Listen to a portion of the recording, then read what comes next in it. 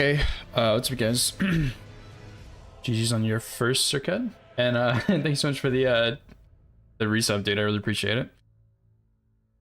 Let me find this route.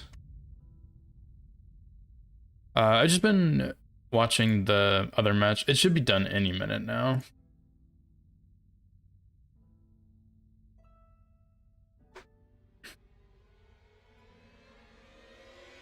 But yeah, thank you for the resub, circuit. I really appreciate it, dude.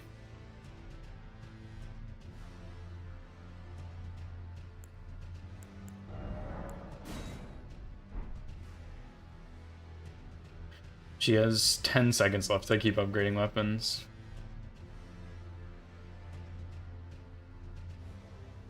Oh, 19, just kidding.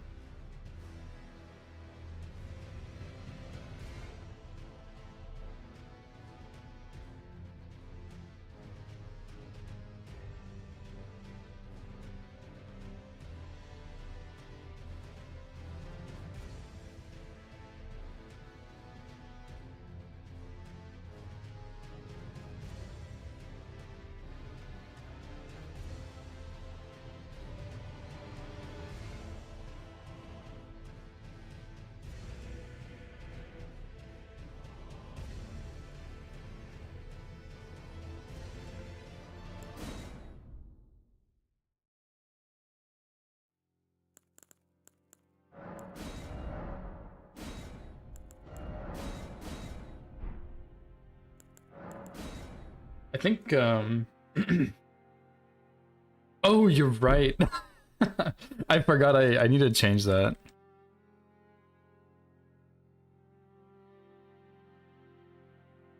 It counts it even when when I don't have OBS open. So a lot of times if I go backwards in a video, it counts it.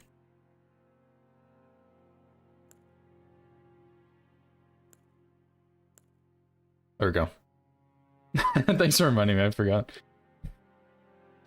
What's up, Jay? Thanks for the good luck, dude. I'm just waiting for the other match to end.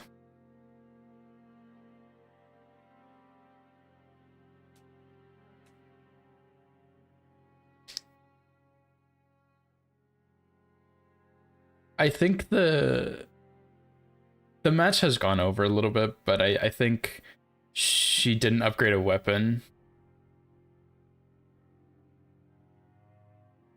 So I think she gets plus 10 hits.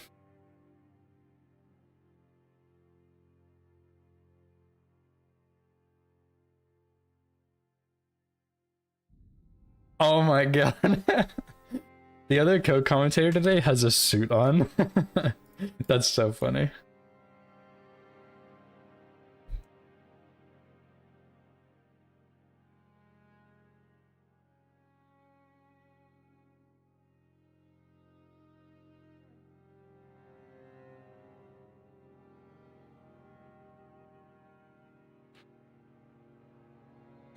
Anyway, I should probably go join the Discord, but someone was in the chat earlier. So I'm just gonna wait for now.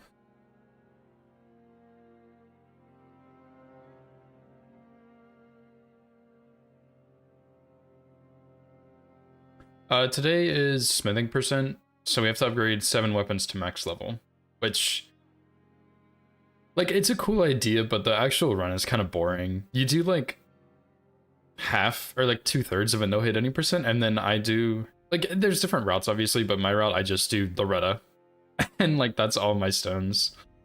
Yeah, because you have to go a little bit deep into the game to get the max level stones. So yeah, I do about 2/3 of an 80%.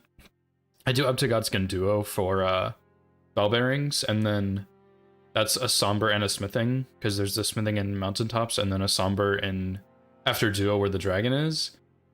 And then I do Haligtree for 3 of my stones. There's one behind Theodorix, and then like one at Moog. I think that's all of them. But yeah. Yeah. It was cool to route, but the actual run is kind of boring because it's just like collection simulator. It's fine. It's not really bleeding, so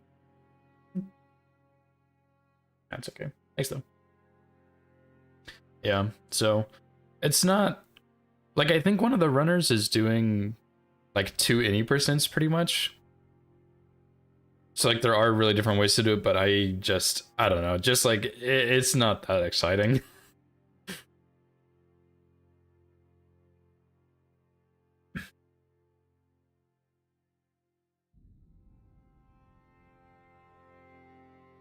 But the last match they're trying to figure out what happened because I think she upgraded 6 weapons. I'm not sure if it was 6 or 7, but they're having to figure it out right now, so.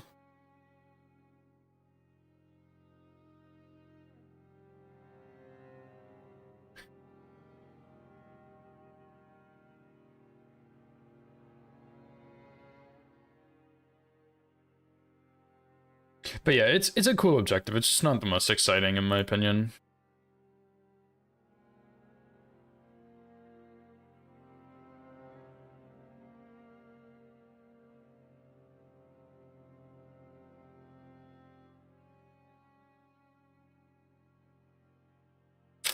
So anyway, my match is being delayed some. But I don't think it's that big of a deal because it is like the second match, so there's no time. Yeah, that was the thing for me, was trying to figure out the 7 stones in base game, because yeah, Anastasia is, what's up, Nova? Anastasia is like not a good choice because it's kind of hard to kill her with out getting hit because she's an NPC. It's definitely possible because I think one of the other players is killing her, but the ones I'm doing are the one in the fire giant's mouth, or the skull before fire giant. There's the one in the somber one in Farm Azula, where the dragon is near bird section. Latenna also gives one, but the problem with Latenna is the mausoleum.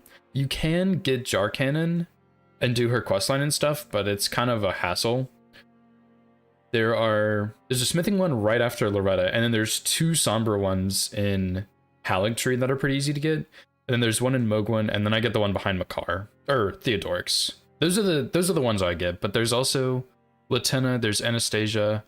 I think someone's weapon has basically infinite range, so he's killing the dragon at Birdskip for a stone, because that also drops one. There's some in the DLC too, but I don't think anybody's getting those. There's one, I think Nefeli and Gostok both give one at the end of their quest lines, but it's so ridiculous. Before the one next to Theo was Mogwin, I think, maybe. Knight's Cavalry Duo also drops one, and you can cheese them. But yeah, the main reason I went for the Mogwin one is because it's a free pickup, but also if I need money to buy stones, then it's right there. But Moog is, at least, and he's free, but I don't think I need to kill Moog. But if I do, it's there just in case.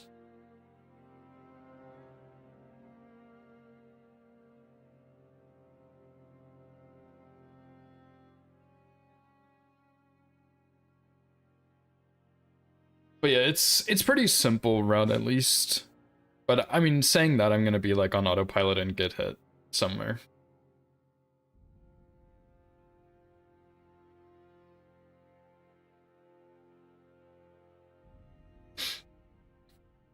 Let me close my saves, actually. I don't need these anymore.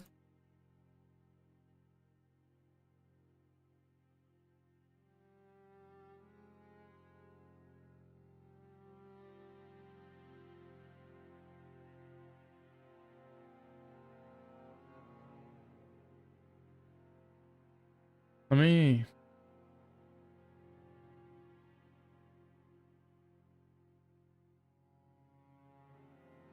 I think I'm runner 2.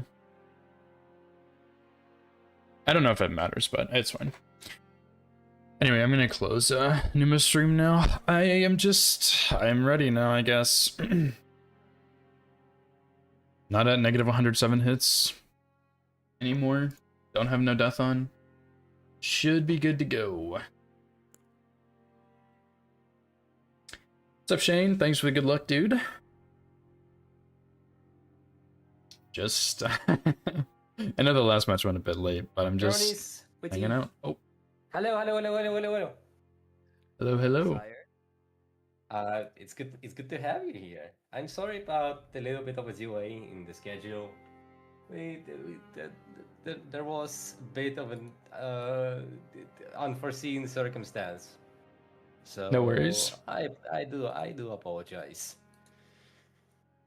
That being said, what are you waiting from today's match? What are your expectations? What are you looking for? I'm just hoping. You know, I'm looking for. Oh, go ahead, go ahead. No, you good. I was gonna say I'm hoping for just like a nice casual stroll in the lands between, a lot of goop to collect, stuff like that. Couldn't have said it better myself. Well, guys, I wish you luck. Good luck. This is proving to be quite a rousing challenge. We'll switch to the rounders here in a second. There you go. As such, do a kickoff in. Hold on. We'll kick off in 5, 4, 3, 2, 1. Go, go, go, go, go, go, dog, go, dog, go, dog, go, dog. Good luck. Goop. Good luck. Okay. I'm gonna be honest. That's up, Agent. Thanks for the good luck. Are you my ref, by the way? Oh yeah, I remember you sending a message. You are. Numa said this was quite the routing challenge, but this one wasn't that bad for me to route, and I think it might just be because I have a edge up on people because of all bosses, so I know like all of the Sombra pickups. I don't know why I R1 there either.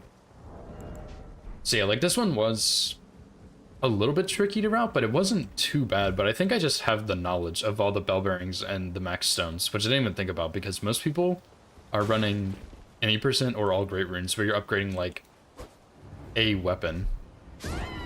You know, like you don't need to know all these pickups, but I just happen to know them. So yeah. Wait, thanks for the good luck. I appreciate it, all of you. Yeah, it's a time lost, Shane. Trust, dude. I'm griefing. But yeah, I was gonna say that I really hope Woody and I have different routes that are both interesting and unique, so you don't just see the same run on both screens, which I think it's the most interesting when people do different things. But then Woody like said some garbage bug goop and stuff, and that was so funny, and I was like, yeah, I can't even, like, I can't follow that up, dude. I just did well, I've only done all bosses base game no hit, but I did route all bosses plus DLC region lock no hit and all bosses base game Death's Poker no hit. So I've routed several, and I routed like half of another one that was kind of interesting. Weapon locked, region locked, which was a cool idea, but it's really hard to make it work. So I've routed like a lot of all bosses runs. I think it's really fun to route them. So I do have like a lot of experience with that. But like on Death's Poker only, you're only upgrading one weapon, right? So I guess there is that. Yeah, it's fun. All bosses is probably my favorite category, honestly, which is so stupid. And I've only done one run in it, and that run is like 10 hours long. Actually, it's probably close to like 12 for most routes, but yeah, it's a fun route, dude.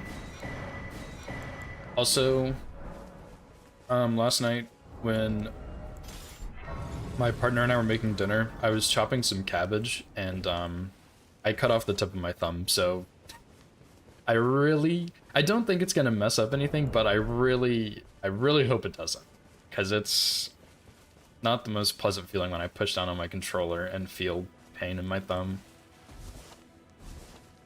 I'm minting, dude. Yeah, it's not too bad. Like, saying I cut off the tip of my thumb is a little dramatic, but I did cut off a nice chunk. So, and it's not pleasant, but it's not too painful, at least. It hurt a little more this morning when I had just woken up. I think because I had a band-aid pushing on it. But as long as nothing's touching it, it's not too bad. Yeah. So. Oh, well. No, well, okay. It wasn't a hospital or urgent care visit, because I don't think it would have been. My partner is in med school, so she kind of knew what to do, but I don't think it was that bad. It did bleed for like 2 or 3 hours. Maybe not that long, but it did bleed for a while, so That was not so cool. Summon me. I bequeath. It will summon Torrent. Treat him with. But yeah, I probably wouldn't have known what to do, but she did. We first put a band-aid on it, and then we were making dinner. It was a pretty quick dinner, so we were basically done with dinner by the time I got a band-aid on it. So Heart of the Stone cauterized it? No. Yeah, it's an IRL debuff. But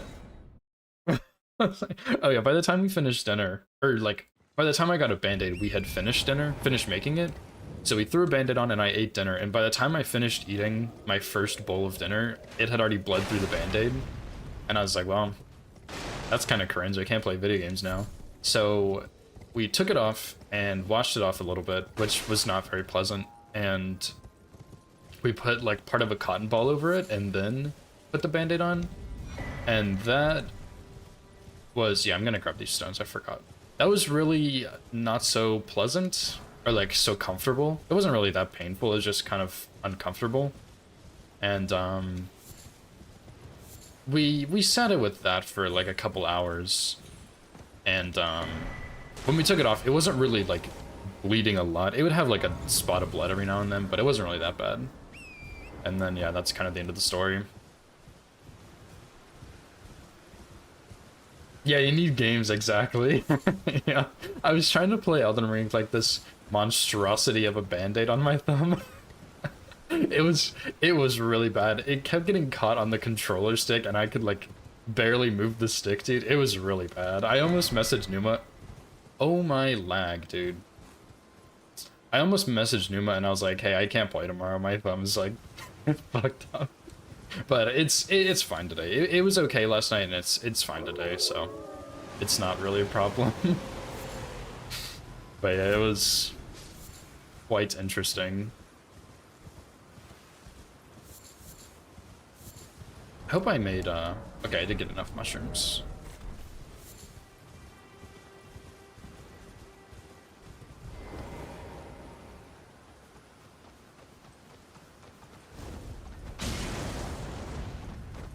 Nice, that's really bad. And by really bad, I mean it's not that big of a deal. Because I have had that happen before. I don't know why I keep having issues with this fire pot strat. It's really starting to get on my nerves a little bit.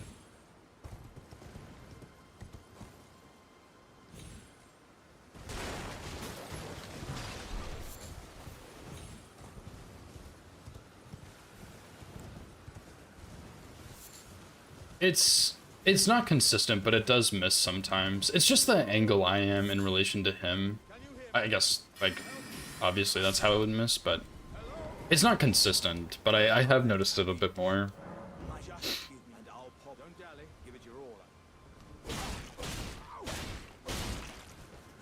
Because I started routing R1 plus 0, and that's the strat you do on that run too, and I can miss them on that all the time.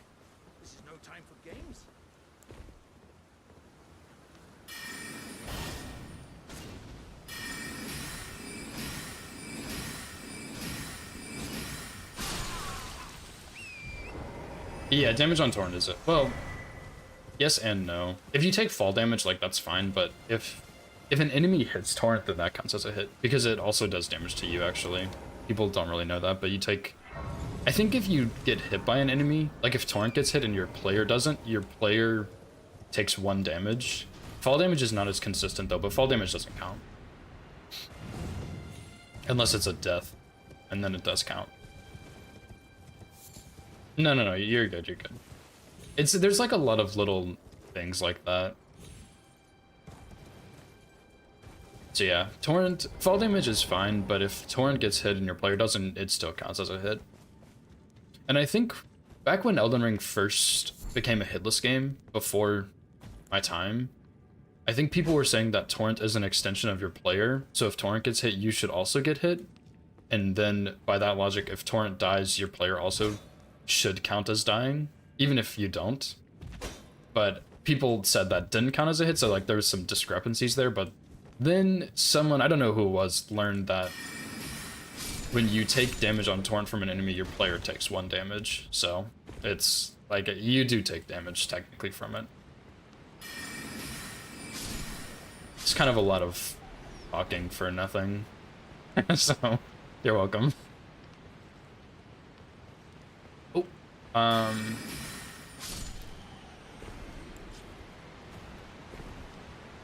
gonna skip the smithing ones in here. I usually grab them, but I kind of forgot.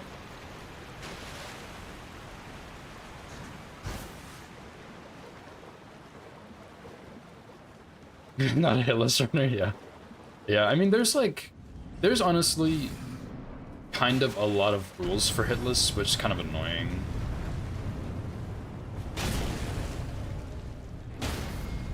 So, and like, some of them are more obvious than others, like, oh, if a trap hits your player, that counts as a hit. Like, that makes sense, you know, but some of this stuff, like with torrent and environmental damage and fall damage and stuff, it's not so simple. I'm glad you like to watch it, though.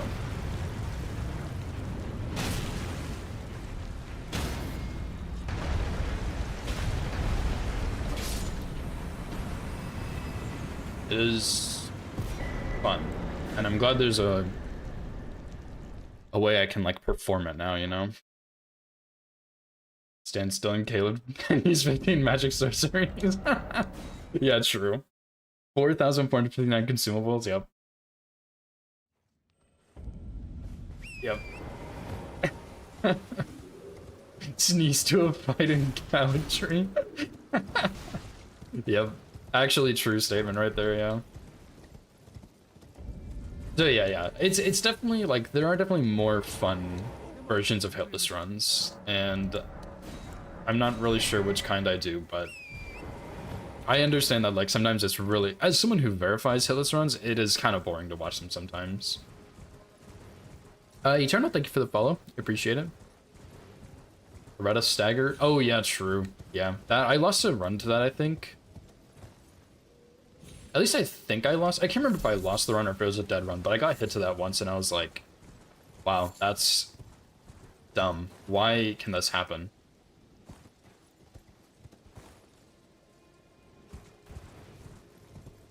My kind are fun to watch. Thanks. Thanks for the good luck, Eternal. I appreciate it. That's up, SFP. How's it going?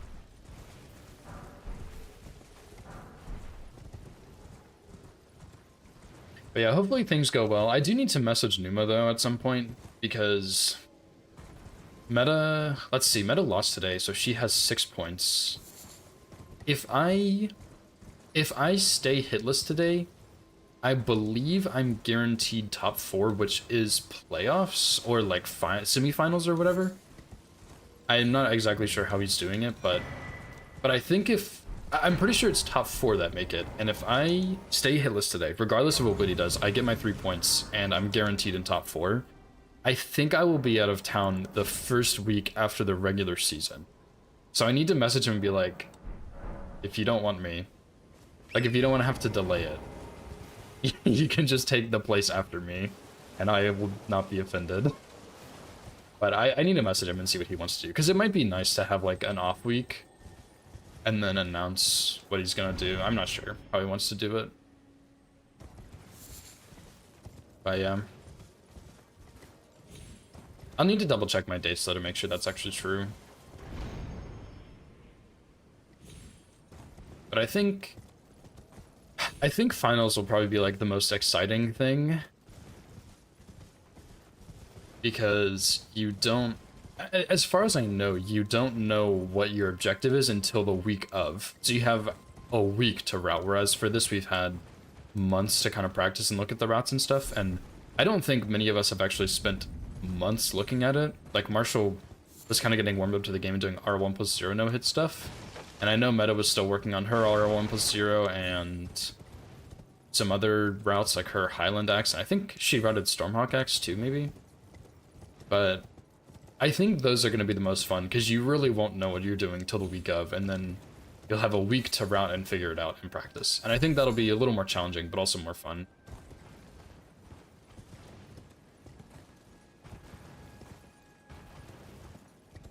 But yeah, like if Newman wants to do it every single week and I can't be there a week, I don't care if he replaces me or like if he just takes the 5th place spot or whatever. What's up, woman? Less easy, yeah. I don't think, like, there is the thing where a lot of supports are boosted, or like they're higher elo than they should be, but I don't think support is an easy role to play well. I think it's maybe easy to climb with, since you don't have to do that much for it, I don't think. But I mean, I think you can also say that about ADC too. But yeah, support, if you have a good support, it's very obvious from like a bad support. That sounds so stupid, but surely you understand what I'm saying. Like when when Nova supports me, I can, like, I feel very supported, versus like if a random player supports me, it's really hit or miss, and typically it's miss. You get them occasionally, like the good supports, but not often.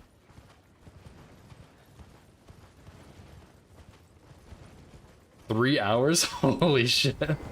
Yeah, I'm gonna be honest, Jay, I really wanted to do it, but between like the tournament and I wasn't sure, I didn't remember when the dates were, but I know I'm going out of town before too long, and then the hitless tournament, I decided I shouldn't, but I really wanted to, man. It sounded really fun. And I've never even played Mind Control, so I think it would be even more fun as like an inexperienced player. I want to do it at some point, like just to play a match of it.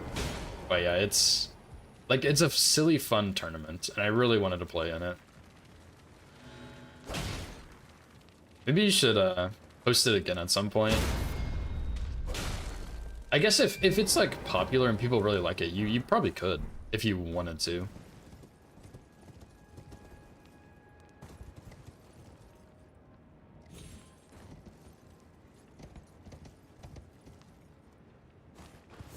I'm always so scared of falling there. You know, I roam level 3, drop 4 waves. Yeah. I mean, to be fair, ADCs are pretty cringe to play with too. Like, I'm just gonna say it, they are. So it's kind of a lose-lose in bot lane. Like, you guys do have to work together down there, which usually doesn't happen so well. Yeah, I'm looking forward to watching it, dude. It's gonna be cool. Jungle got Giga gapped, but you know, so lost the lane, yo. Yeah, a lot of times that's not uncommon. Which, like, I never really, I mean, I am an ADC, so I'm probably a little bit biased, but I don't really understand the point of junglers, like, hardcore playing around top lane.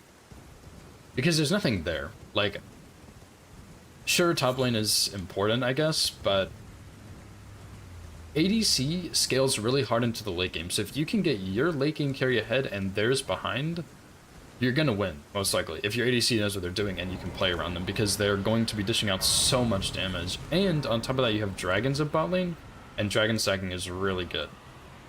It's even stronger now, because I think grubs are a bit weaker because the crystals are so garbage.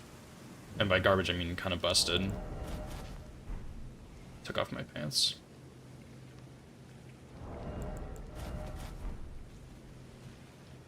Afraid of that. I have not been hit to that poison yet, but I do keep having that bat somehow like turning in a weird way or something. I need to come back and test this and see, because I'm wondering if I maybe should, I don't know, hit the wall in a different spot or something. It's not that big of a deal, I guess.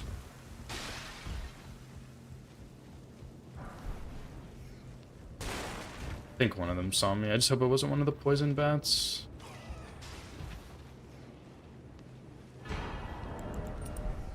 Maybe not.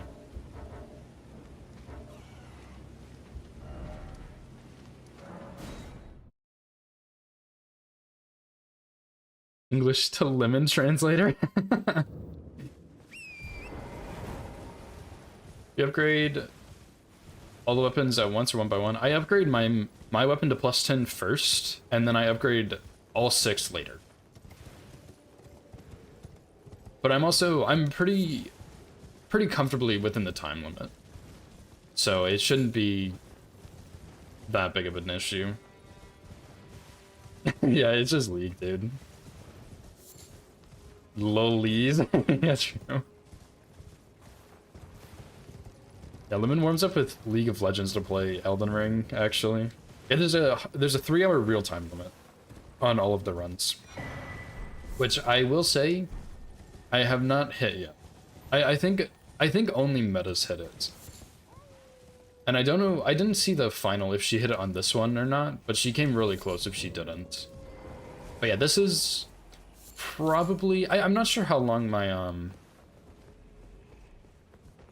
my Age of Stars ending was, but that was the other longest run. And then this one is also pretty long. It's like 2 hours 15, 2 hours 20. I think when I did it the other day, it was 2:15. Which translates to like between 2:20 and 2:30 real time, I think, roughly. So yeah, it's not too bad, but this is one of the longer ones.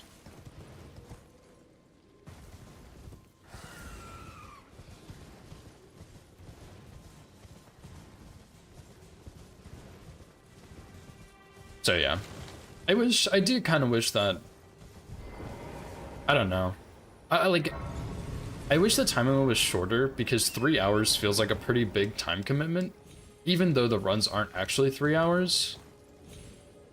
But it's like mental gap, you know? But I think your objectives would be way more interesting if you had a shorter time limit, because like for 2 hours, a lot of these runs would go over. So I don't know, maybe my mental brain should just be better.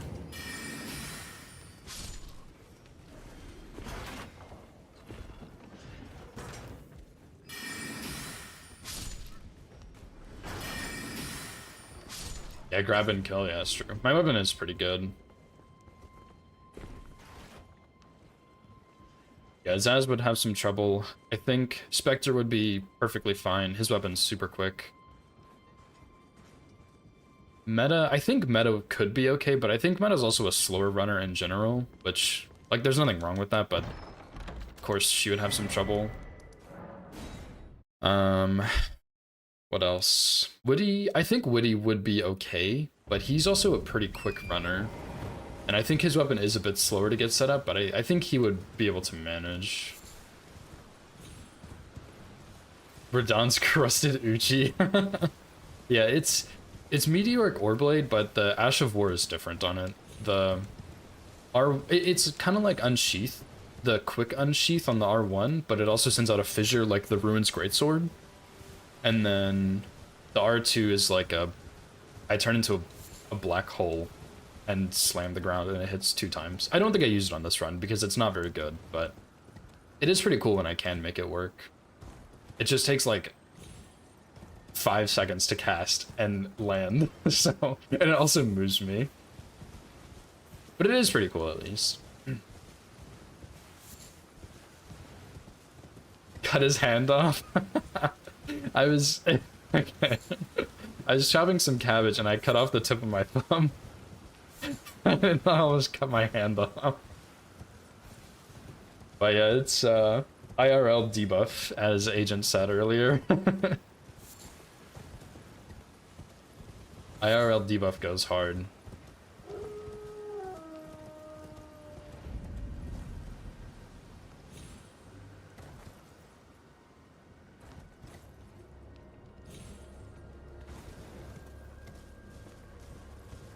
Mr. Cabbage Fiend, yeah. Same thing, dude. No, it's not. Bro, oh, yeah. Okay, you can go to Lurk. I saw you playing that the other day, Jay, and I was actually really curious in watching because I've heard good things about that game. And it looked really interesting. I'm not sure if I'd enjoy it, but it looked really interesting.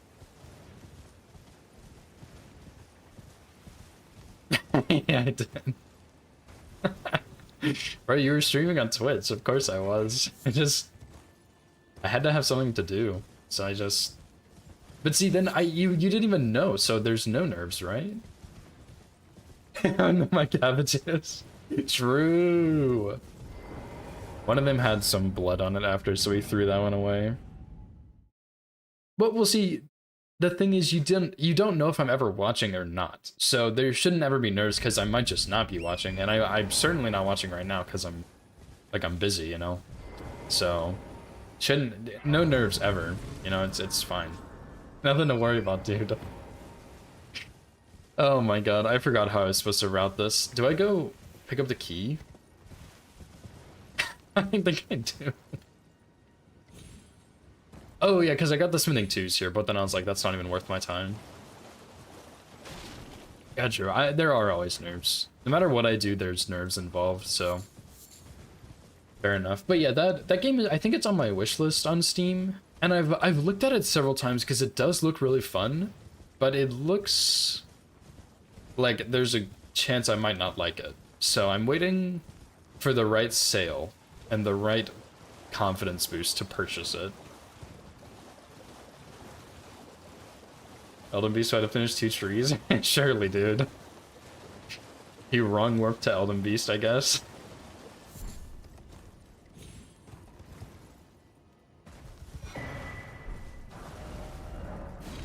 I think that's what happened week 1 when I was playing Marshall. They're like, yeah, he's in Farm Azula right now, going up an elevator. You're a little behind. I was like, bro, we're 30 minutes into the match. No, he's not. But they did say he was going up an elevator. Whoever it was, I can't remember. But they did say that he was going up an elevator. And I was like, I bet he's in Stormvale. And I guessed which elevator he's going up. So. Price history? Oh, I never even thought about that. That's kind of smart. Because, yeah, you could figure out when the next sale is going to be and maybe how much it's going to be. I'm not sure. Yeah, I didn't even know you could do that.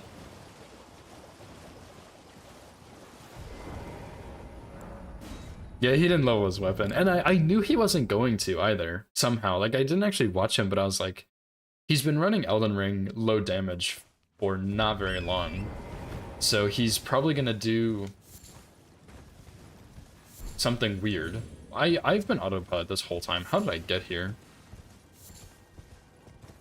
I feel like I forgot something. Anyway, he's been doing low damage runs, and I was like, he's not gonna know about like Golden Vow and Howl and all that stuff. He's just not gonna get that. And yeah, he didn't. I was correct. I assumed at best he would do like go to Liurnia and get +4 and do Stormveil, but he didn't. He just went straight in. So yeah, I don't know, I can't believe he did that. Like every single week, that was what he did, which is crazy. Not me. I gotta do my setup, dude.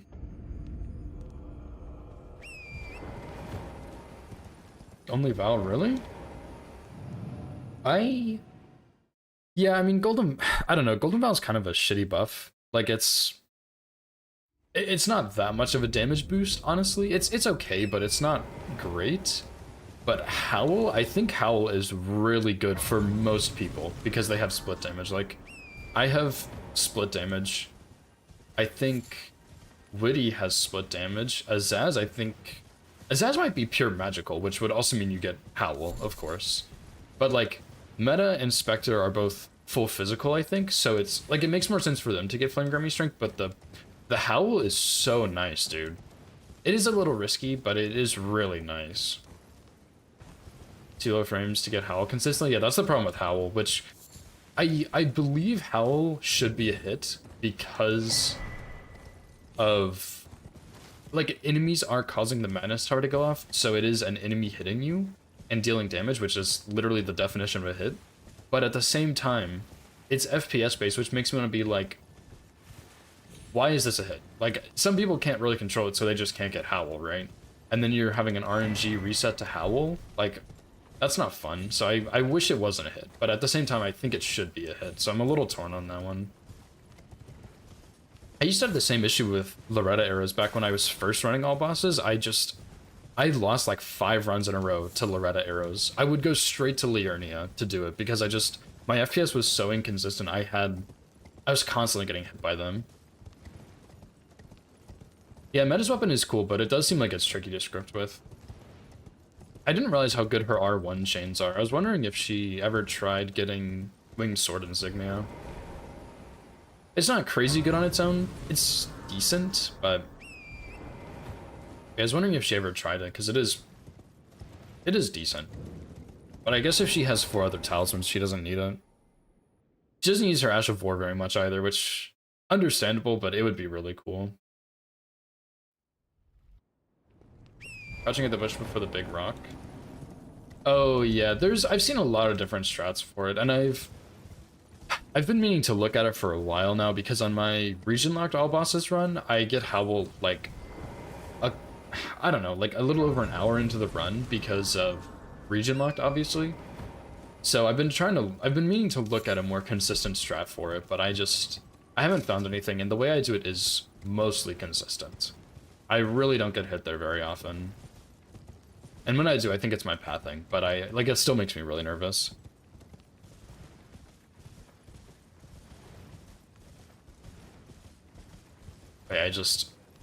I understand not wanting to get Howl from, like, an FPS side of things. I think it should be a hit, and at the same time, I wish it wasn't, you know? But it's really good on a lot of weapons. Even, like, Killa's weapon, Marsh's weapon, whoever you want to call it, but that one's split damage as well. Like, there's a lot of weapons that are split damage that'd be really good on. The other thing too is when you're buffing, like, you have to you take time to go pick up the buff and to cast the buff, but at the same time it saves you time in the fight. So it's like one of the things, is it really a hit or is it really a time loss or not? Yeah, the tower with the eyeball.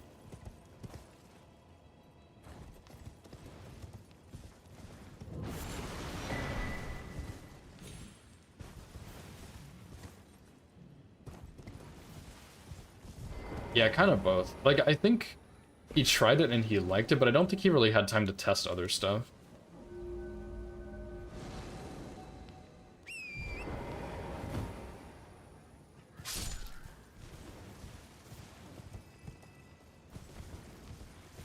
And that's the other thing too, is Killa I don't think has a ton of Elden Ring experience, but he's done pretty well considering that he doesn't.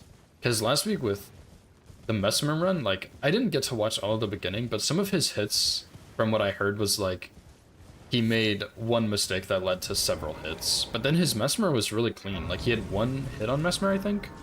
And his fight was really good both times. His Moog was really clean, and he got that on second try, I think. Like, he looked really good for having done, like, just any percent in this game, I think, like, years ago. Which any percent is not that difficult in this, compared to a lot of other stuff. Yeah, his Mesmer was really good. I think he had, like, what, 5 hits on Margit or something? But from what I heard, it sounded like it was one thing that led to those hits. Yeah, the Bloodborne isn't considered a hit, but I think that one is, like, it's not impossible to avoid, but it's much harder, right? I've never played Bloodborne, so I honestly don't know, but I think that's one of the biggest reasons, is that the Madness Tower in Elden Ring is fairly easy to avoid, but the one in Bloodborne is, like, almost impossible, right? Almost. But, like, again, I have never played Bloodborne, I really don't know.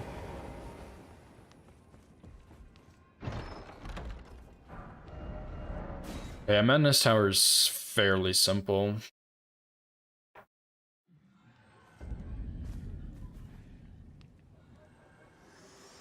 He was low pressed. Oh, does it really take HP or did he get Madness procced? That's rough, man. That's kind of funny, but that is unfortunate. There was a run that I won't name who it is, but they were on a run, and I think they were at Elden Beast, and they thought they rested at the Horaloo Grace, but they didn't, and so when they used, like, Bloody Slash or something to set up Red Feather, they died. And it's like, that's a really awkward moment too. It's a little funny for sure, but it's hard to see, and it sucks. I think that's all I get here, right? Bow and seal. I don't need the dagger.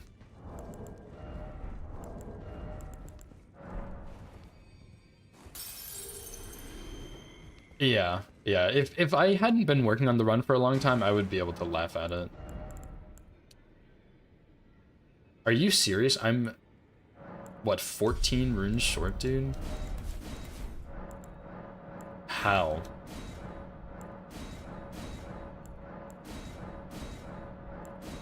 Oh my god.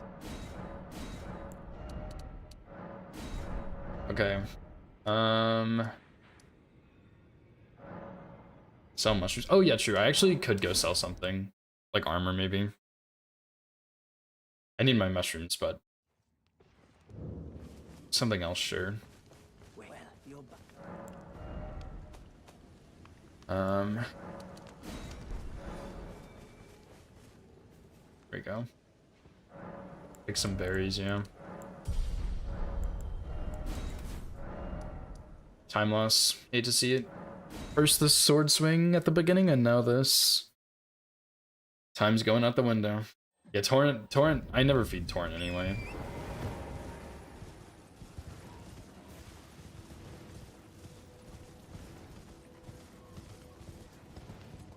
Sorry.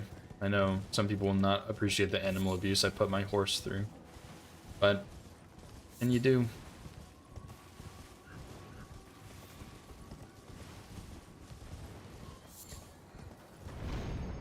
It is so funny that they made the berries for Torrent, but then also when you drink your flask, he heals from it. So, like, the berries are kind of pointless.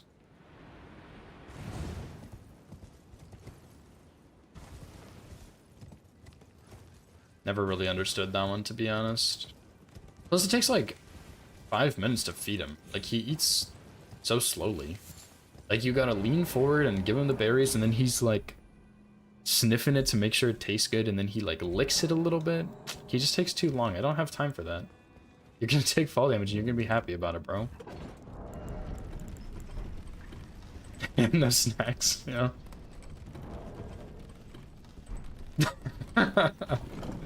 He's picky, yeah. Torrent, I'm just saying, Torrent takes a really long time to eat the berries. And I said he licks them to make sure they taste good or something. I don't think he actually does, but, like, he just takes so long to eat it, dude. Like, I don't have time for it.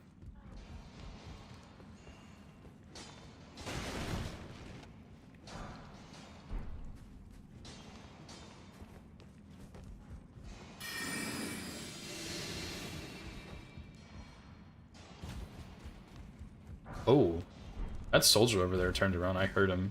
I don't think he sees me, but I haven't had that happen before.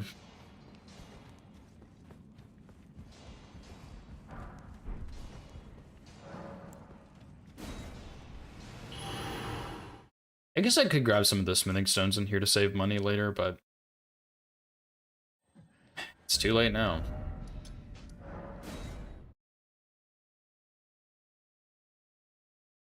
Yeah, the other... I think that's a smithing 5 right there. I didn't even bother.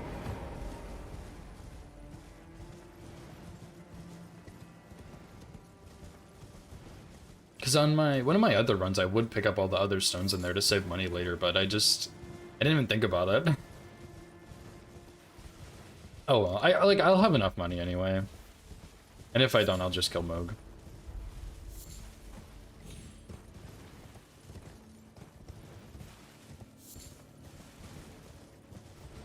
Yeah, there's a guy, there's another big Landell Knight with a, I don't know if he has a sword or a spear, but there's another Landell Knight and then like one of the Godric soldiers, but not Godric. They're like right next to the shack, but I haven't had them hear me land before, so I think I was a bit more to the right, but yeah, it's not usually a problem.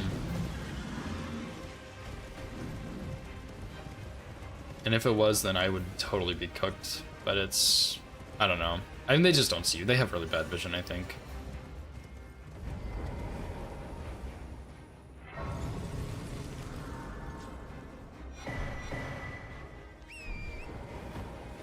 That's another one of the perks of doing all bosses routing a lot is... Like, I know all these dungeons and all the weird pickups and stuff like that. That one's more common, for sure, the 4, 5, and 6 in there. But it is nice to, like, have that slight advantage over people. I'm trying to think about the other runs that we did, but there was one of them where I was like, oh, well, I have a big leg up on people because of this, but I don't remember which one it was. because I think most people in the tournament, everybody's done at least any percent, but I think most of them have also done all Great Runes at the bare minimum. So most of these runs aren't too crazy, but like this one takes a lot of knowledge that most people wouldn't have. Some of the DLC ones were a bit tricky too. Like there's been a couple for sure.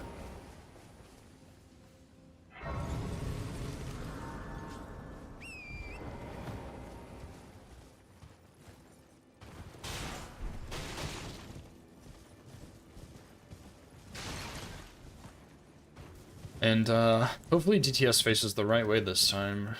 I think I had time to redo it twice. Oh yeah, actually, I totally forgot about that. The other practice run I did that was 217, I messed, like DTS jumped in a weird way. I messed up and I fought him for a little bit and then I boned out and redid it. So not only was I fine on Kukris that match, or that run, I guess, but I also had plenty of time. So yeah, I should be really fine on time. See, I think Age of Stars was a bit longer than this one if I don't mess things up. Have another weapon I could use to stagger him with more range? Not really. I guess I could use my sword. Yeah, the Ronnie's End, yeah. I think that one is the longest one. This one's also pretty long, to be honest. This is probably the second longest. But yeah, I think the Gaius one will be shorter. Mesmer was also close to this one.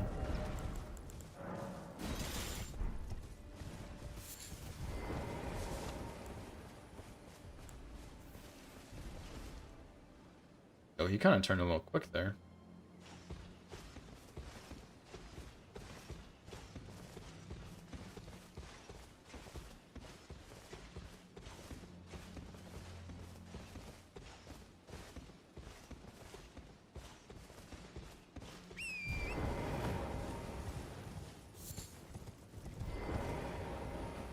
I don't know if he's gonna go quite as far. I guess he will.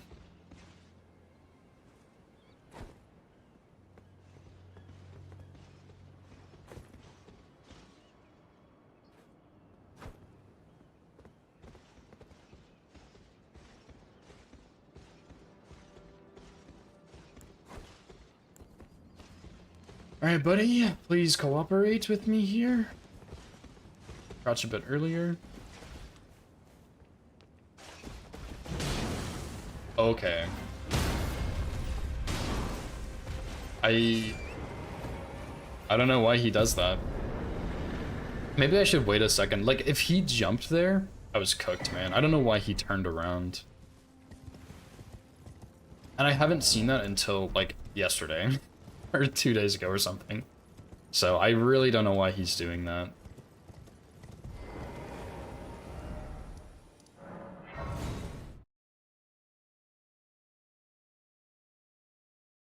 Yeah, the Spectre, does he do the no Kukri or the one Kukri? Because I know how to do both of them, but I don't like them as much, honestly. I mean, maybe I just haven't practiced them enough. No Kukri, okay. Yeah, because I've been able to do that one, but I don't like it as much. It feels less safe. I probably should practice it more, which would help, but yeah, it's just, it feels a bit awkward. Consistent, okay. I'll look into it then. Because yeah, I know how to do it. I haven't done it in a long time, to be fair, but I never really practiced it as much, which maybe that would have helped make me feel a bit better about it.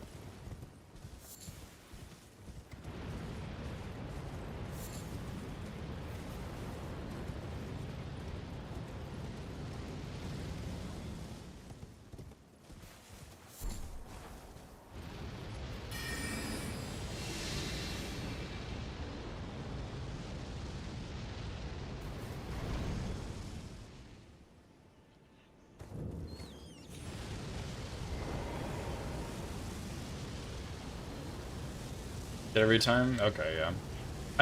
I've known about it for a while, and I have been able to do it before. But I don't know, the fear of him like jumping to the side and ruining it has always been so scary to me, and usually with the way that I do it, he doesn't do that, but he's been doing it recently. So I don't know if I'm like slightly changed my lineup and it's messing it up, or if like something in his AI changed. But yeah, if the other version is free with like everything, and the jump doesn't really matter, then I might just start doing that, honestly. Did you save Kukris? Come live on your boathouse and put beds next to each other? I mean, I guess we could. I'm kind of happy with how I live right now, though. But thank you for the offer. You also live on the other side of the country from me. Change my physic. Let's put Golden Vow on.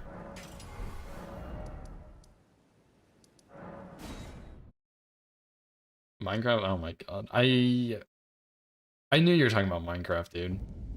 I don't know what my Minecraft is, I'm gonna be honest. I did have a Minecraft at one point, but last time I played, I think my brother like pirated an account for me or something.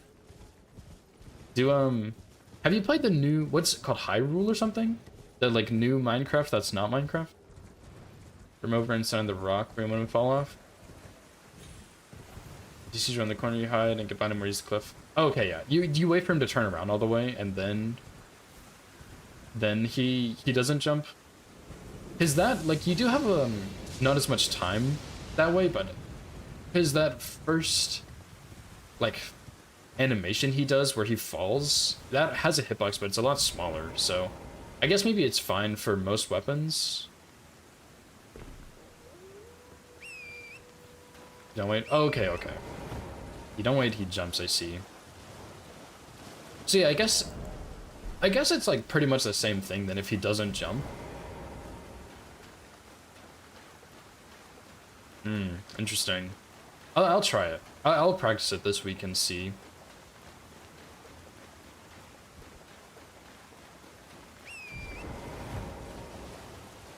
Because yeah, if I can do it and save Kukris, that's nice, because you save like 3 to 4 Kukris, you know? Plus, if it's consistent, like, then it shouldn't even matter which version you do, but that one just saves Kukris.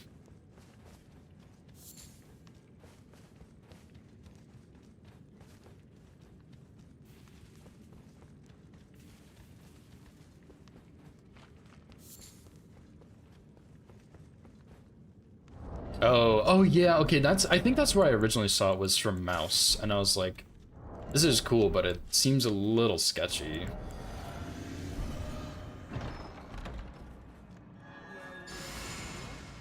But yeah, if you just wait for him to turn around and it fixes the jumping, that sounds really nice.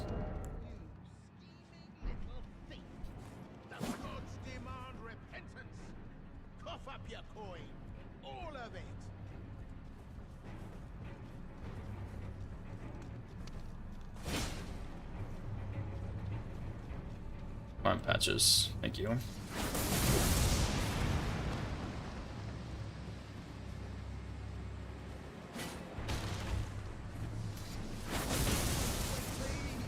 I wasn't sure if that was gonna hit him, honestly. I thought he might roll down.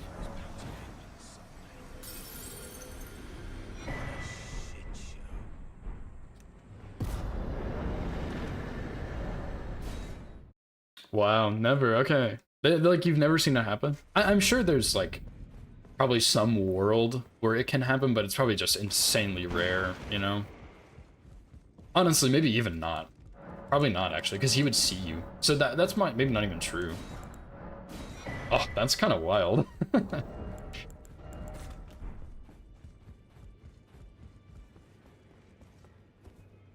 Does Kelp do that version? I know, I didn't actually see her hits, but I know she got hit to DTS twice last night. Yeah, he goes into his startup. Yeah, I didn't even think about that, dude. Man, free cheese, and I saved my Kukris. Okay, I'm gonna have to learn that then, or practice it. Because there's like a pretty precise line you walk, which I was honestly never that great at, but I did know it vaguely. I'm gonna have to, like, for real, look into it.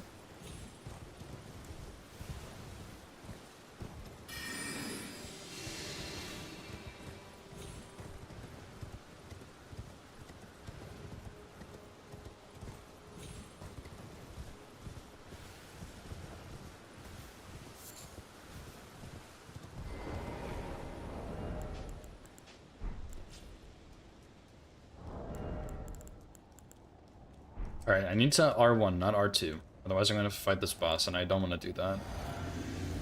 I don't mind, but I don't want to.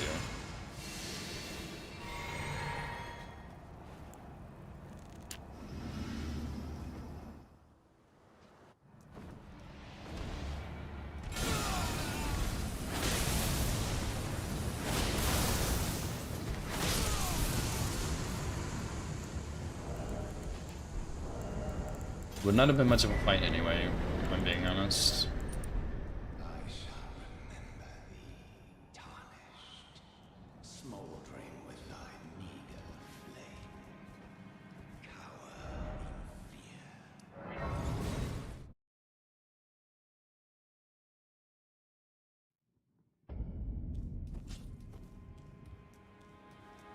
You there? Come over.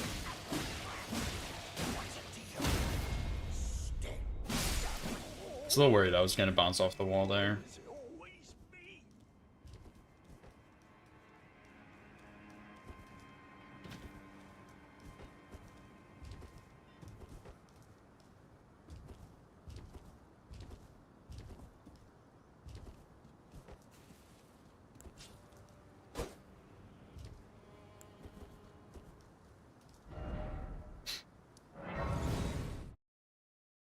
And maybe I shouldn't be grace warping. I think it's a bit of a time loss overall.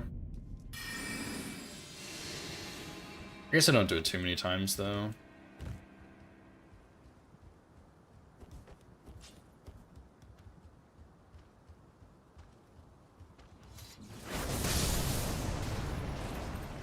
Okay, that guy did not hear it.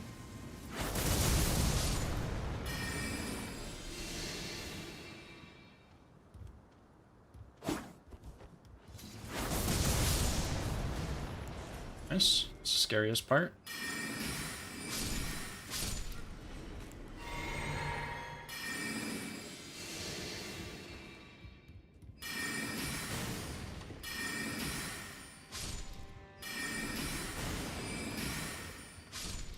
Glowing eyes? Someone get Link on the phone? That guy had glowing eyes?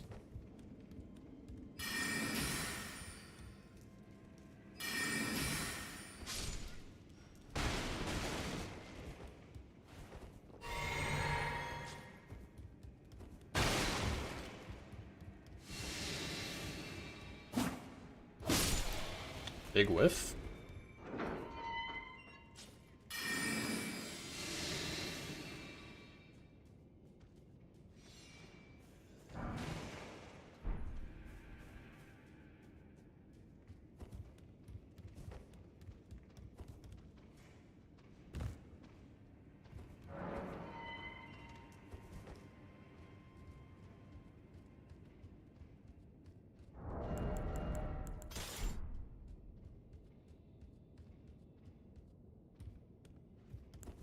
I don't think I need stealth here, but I'm going to use it anyway.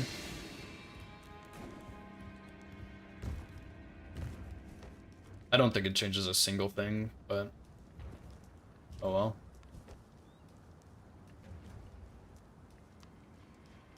Oh, actually it does. That guy loses aggro a lot quicker. Because usually I'm in combat until about the grace, so pro tip.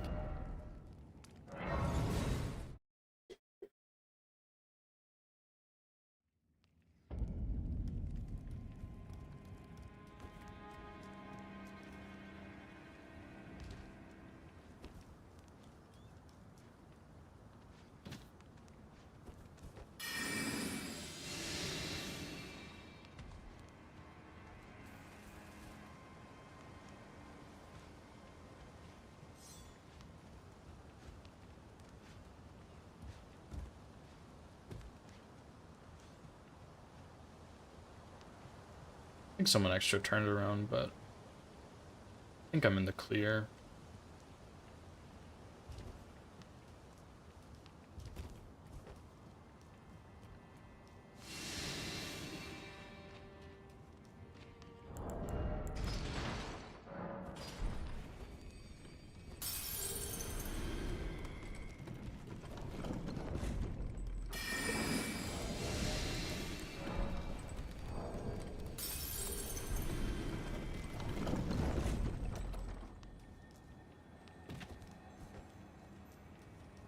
Did do a bit of Godric practice this morning, so hopefully this fight goes well.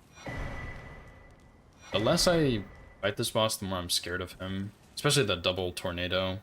Really just the tornado and all. The close-up tornado and then the, like, double, the throw tornado. Whatever you want to call it.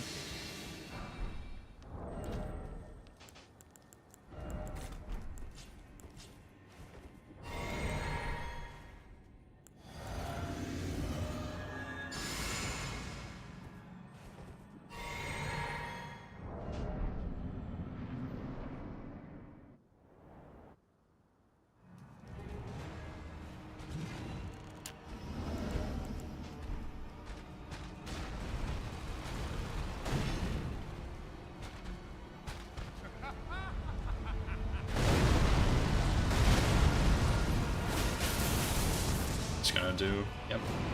As long as it doesn't throw it, it should be fine.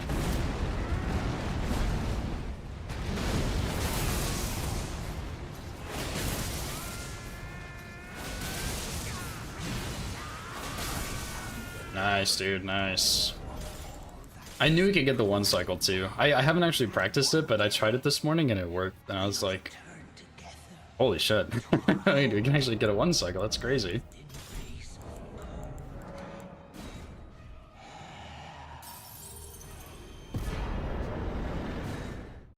Nice.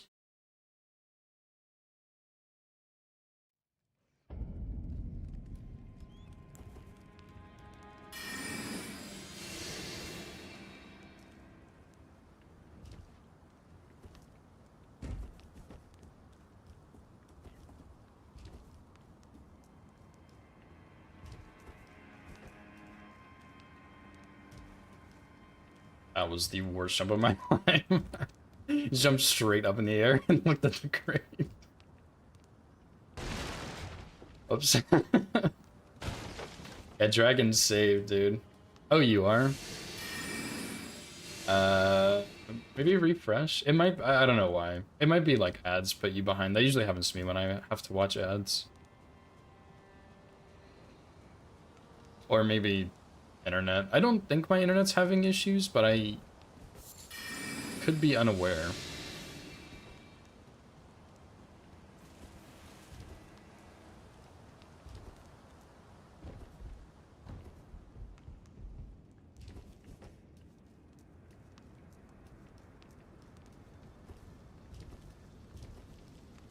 Okay.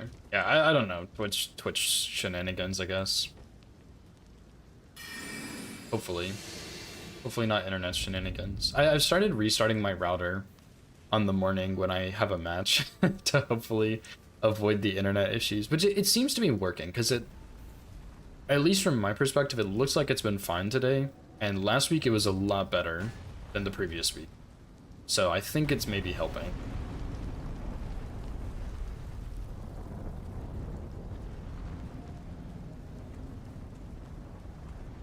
So I guess I'll continue to do that. It's probably good for the router anyway to be reset.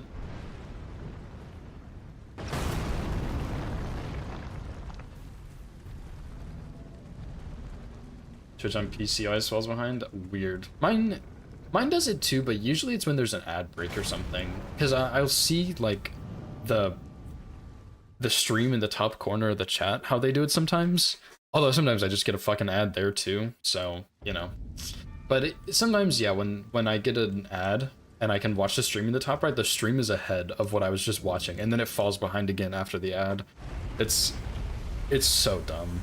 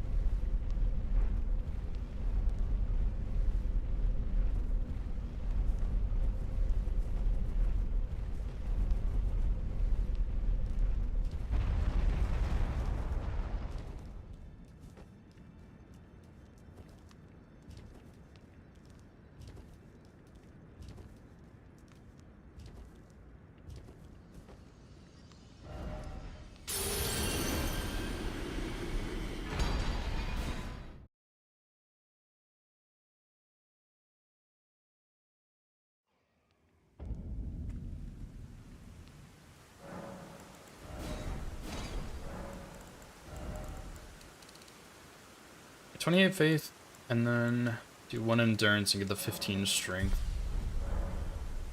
Which isn't that important, because after the 15 strength, I just get a bunch of endurance, which I prefer, but I will get both after we're done, so it won't really matter too much.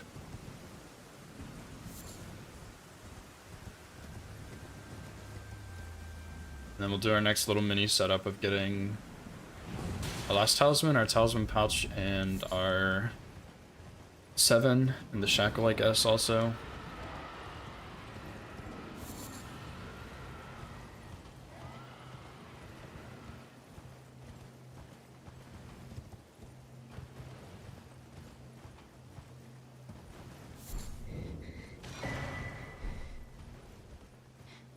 Yeah, then we're pretty much good for the rest of the run. Just need to get the plus 10.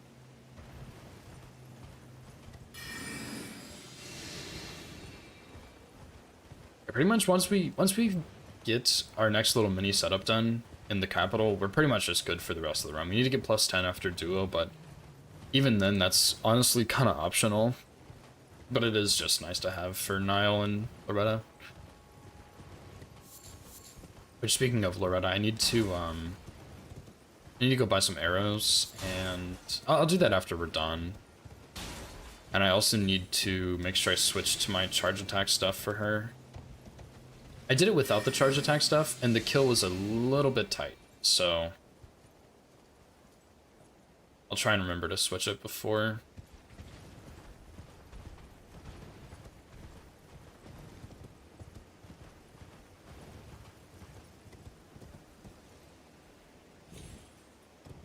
I think I used the arrows somewhere else too, I just don't remember where. Definitely use them on Loretta. But I can't remember the other spot.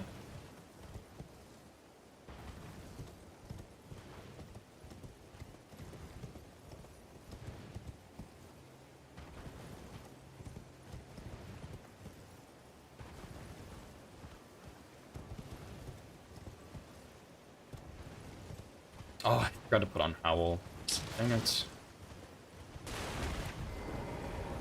That's okay. Usually I do it at that grace, and it's a much nicer sequence because I can skip this grace and just use the rune arc on the elevator. I forgot.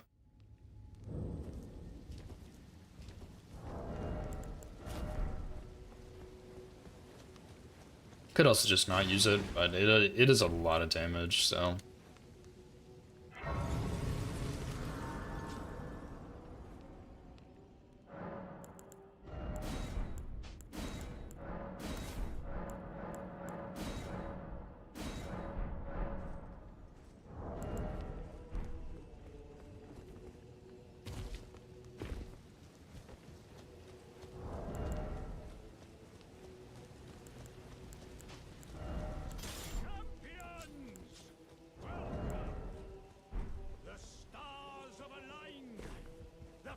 Festival.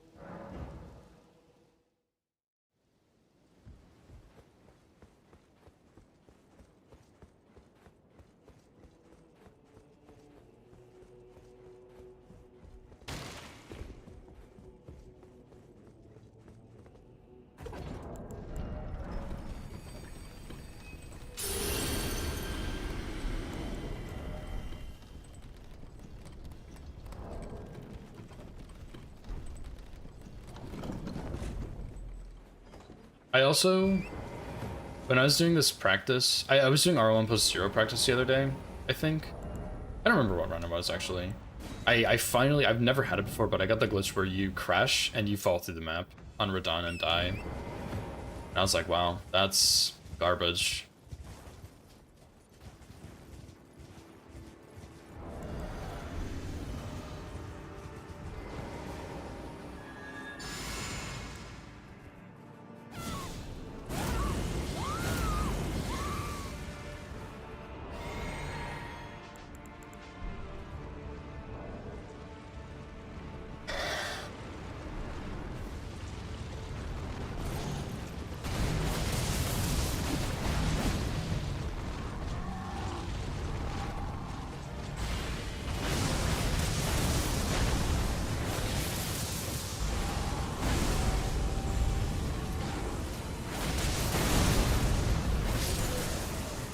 Nice.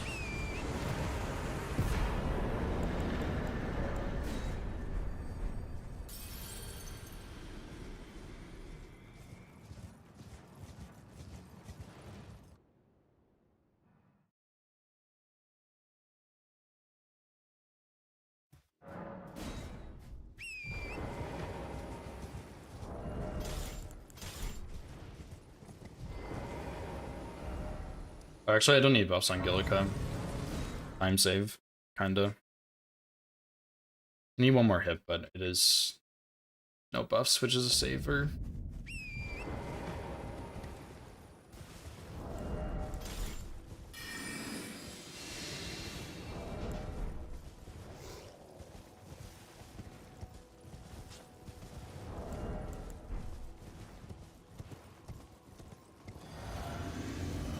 It's probably the worst time to drink my physic. During that whole time. Should have waited till I got up the cliff.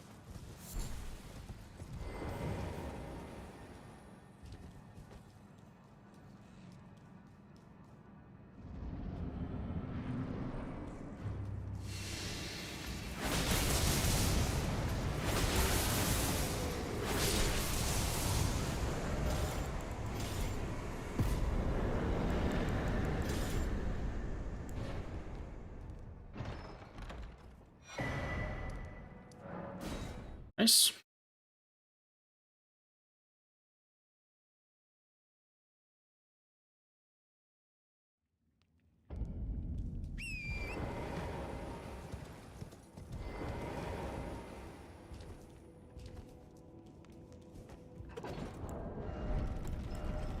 I do actually need some sleep pots right here.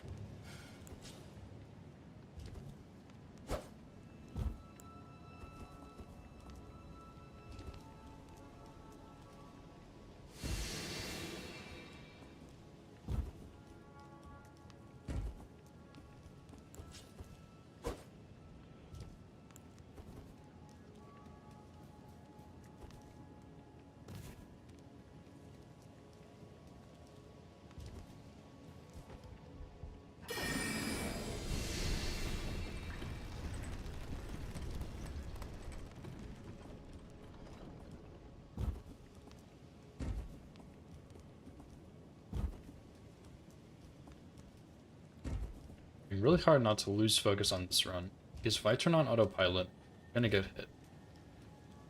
I'm trying to, like, keep thinking about what I'm doing and staying focused so I don't just, like, autopilot into an enemy or something. No, I'm not leveling Vigor. What's up, John, by the way? How's it going, dude? No Vigor is required.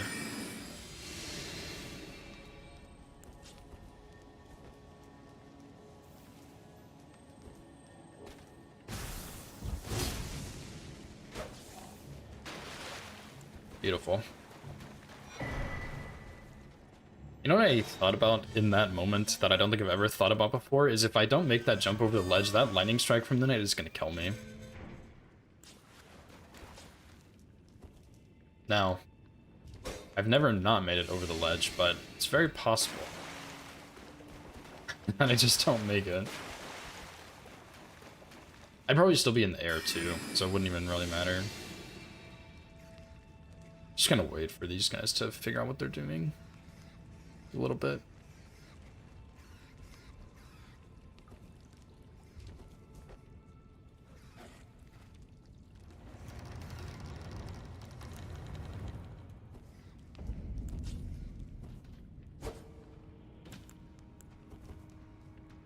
I don't think those guys actually really have set positions.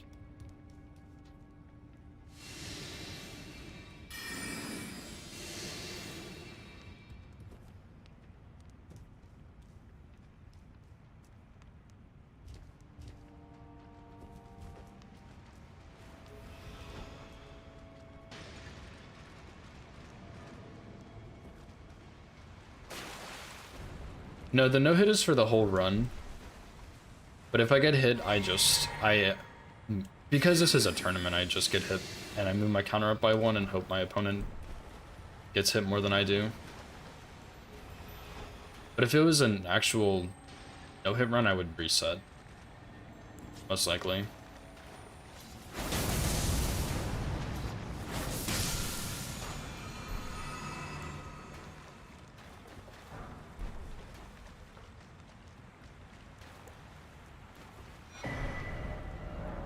But yeah, because it's a tournament, there's no resetting, so I just hope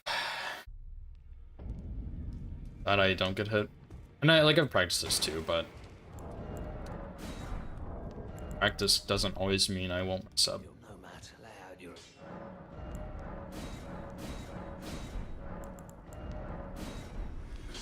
Yeah, when I get hit, yeah.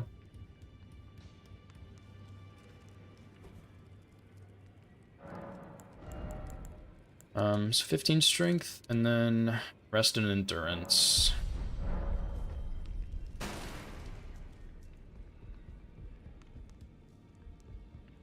Yeah, pretty much, yeah. Because if I die, I would want more rune arcs, so I just try and make sure I grab a bunch of them.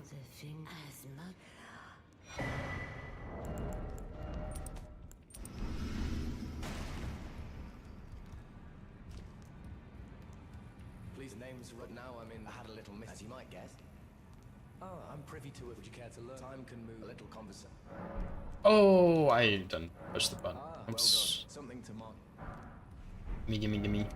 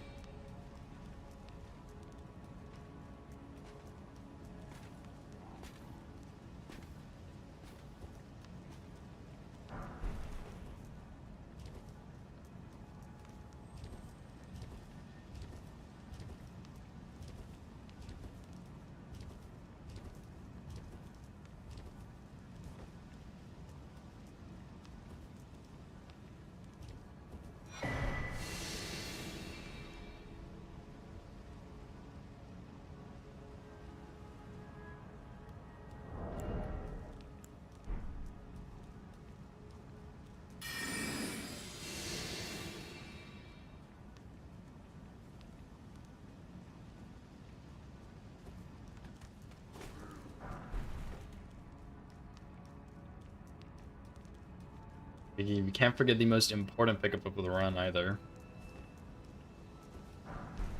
Main sword.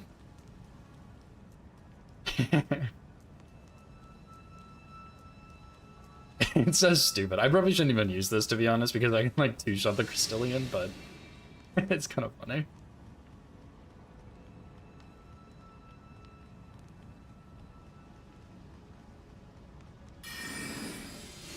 Like, I seriously think it's probably faster to just use my katana on the Crystallian than the cane sword. It's peaceful in the ring run, yeah. Hitless can be pretty peaceful. I also had one of these guys chase me actually the other day when I was practicing.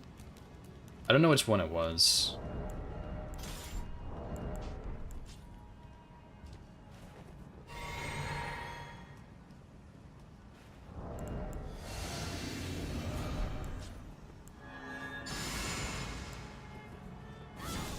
What's up, buddy?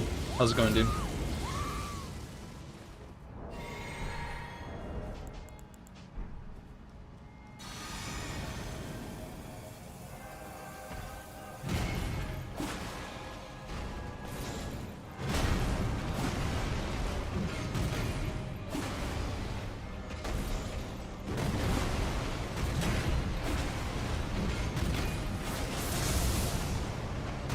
Oh, you bastard.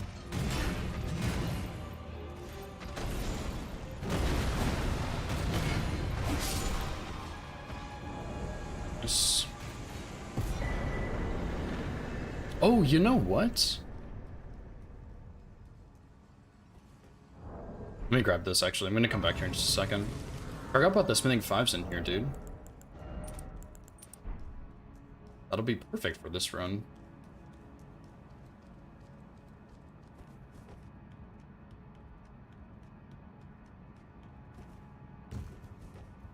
All bosses weapon relay.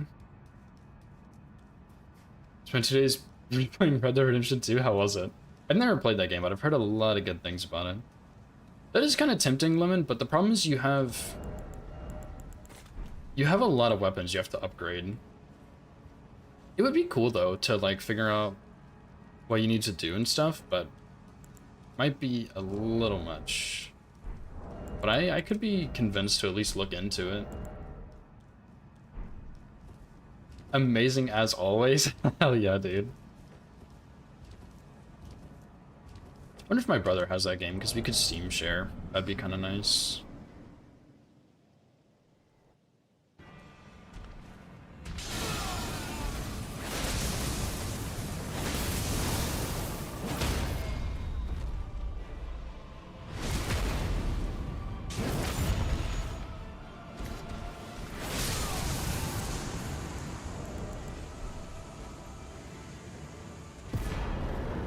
Later than that. Yeah, it's whoever has fewer hits wins. Time is irrelevant.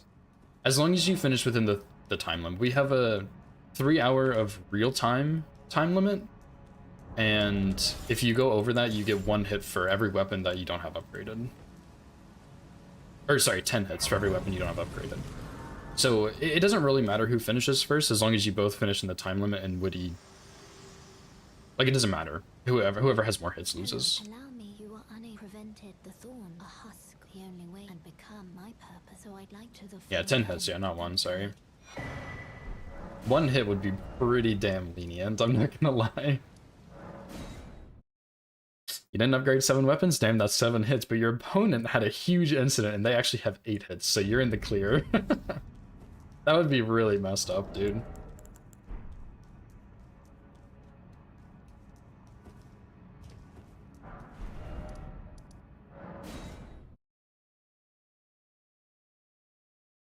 And I feel like we're kind of flying through this run.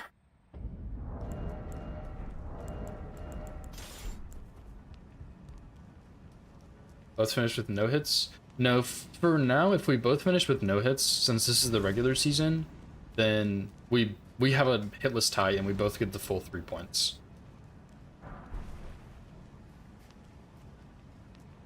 But in the playoffs, I guess you would call it playoffs. I don't know if it's playoffs or quarterfinals or semifinals or what, but in that, then if we tie, then we have to fight a boss. We both pick a boss that we fought, and we both have to fight both bosses that we choose. So Woody would pick a boss, let's say he picks Margit. I would pick a boss, let's say I pick Godric, and we both fight both of those bosses, and whoever has fewer hits wins the tiebreaker.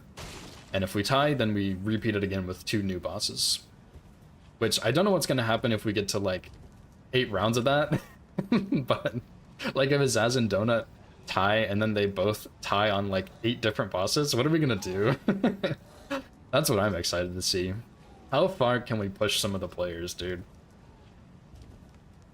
But, yeah, basically, for now, time is irrelevant. Rock, paper, scissors, yeah. I'm sorry, you got hit by his rock, you lose. That would be awesome.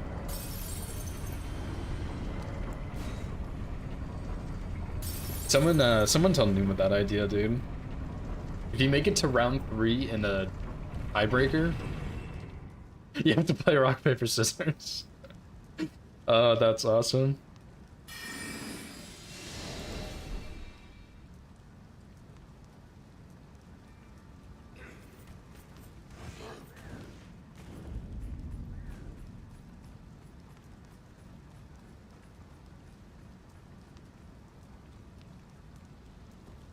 I've been playing a decent bit of Elden Ring lately, though. My hand is kind of starting to cramp up a bit. It's getting kind of sore.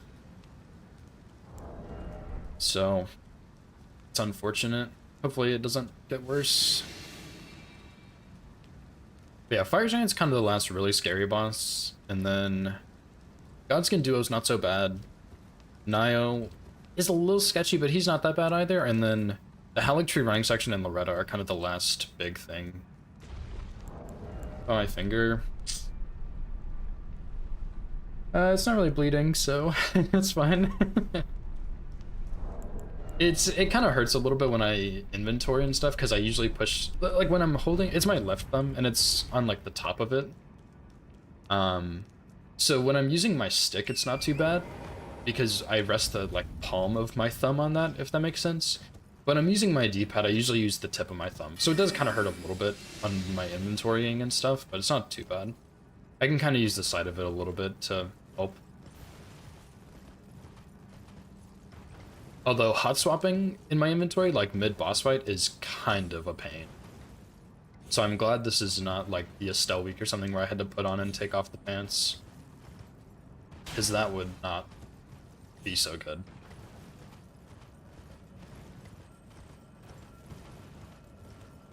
Yeah, it's not too bad. Probably not getting much better since I'm like mashing it into my controller, but could be worse, I guess. I could have cut off my whole thumb, you know? At least I can still play video games.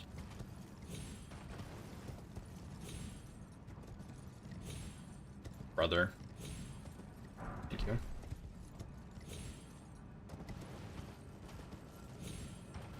Yeah, I just I cut off my whole thumb, and I had to message Numa last night and be like, hey, so I actually cut off my entire thumb and I can't play anymore. I'm really sorry. Good luck tomorrow. That would be so cursed. I would message them and be like, dude, you gotta replace me. Take my spot. Here's my round. Good luck.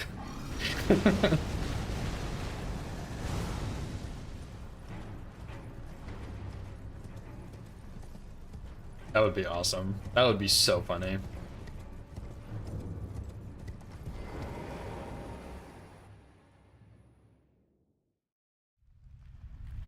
An experience the most torture?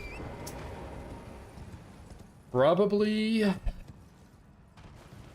A, actually. Because I spam A lot for dialogue and stuff. Or either A or my left button for blocking, because I also block a lot. But yeah, it used to be B, because you would hold B to run and you'd push B on torrents and everything, but I have 3 different B buttons now. Like, my controller has a bunch of buttons on it, and I have 3 of them on B, including the actual B button. So my B doesn't experience too much torture anymore. Yeah, either R1 or A, probably. It's the most torture. Most button spam.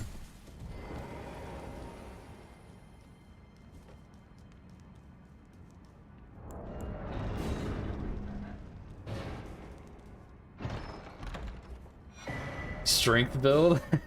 True. Yeah, R2. Not so much for me, honestly, but yeah, R2 is another one.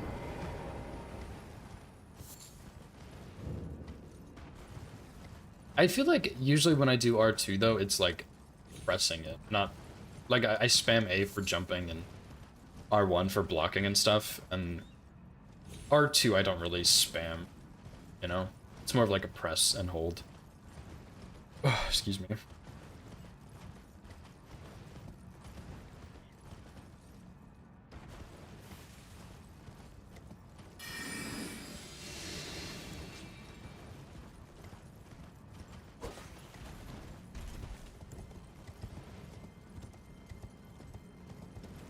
I don't love the Summer 9 I got the other day, but I think I'm gonna get the same one, because I like it more than the other Dragon Barrel one.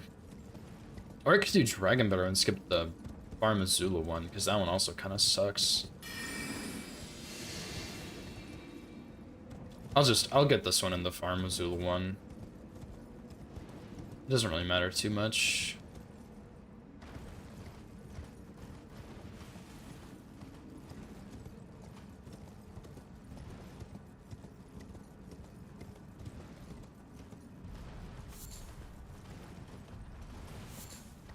Rubber under R2. That's really funny, Lemon. Respect using Bloodhound Fang. Hate how slow it is. Yeah, some of the weapons, like if you're doing a first playthrough, some of the weapons feel very slow, even though like Bloodhound Fang is a really good weapon, and it was the speedrun weapon for a long time, and it's very good, but part of it is just, like, figuring out how the bosses work in relation to your weapon, if that makes sense. Yeah, R2, the curved greatswords have a long R2 animation.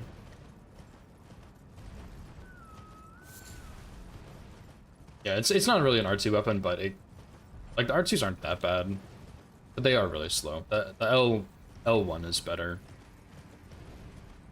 Or the L2, sorry, not the L1. Forgot how to play this game.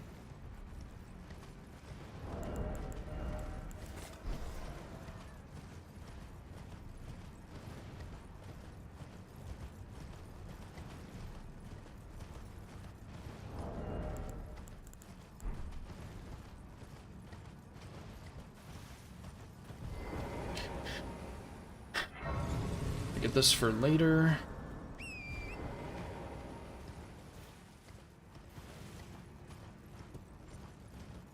You know, I wonder if it would be better to get the bell bearing from Bike. Probably, honestly, but oh well. Because, like, you could go across the invisible bridge, go up to Vike, take the Spirit Spring down, and backtrack. That might honestly just be better. Because then I get the Castle Soul Grace, and I don't need to go back for anything. Oh well. Starfist? Yeah, Starfist have a really fast R2.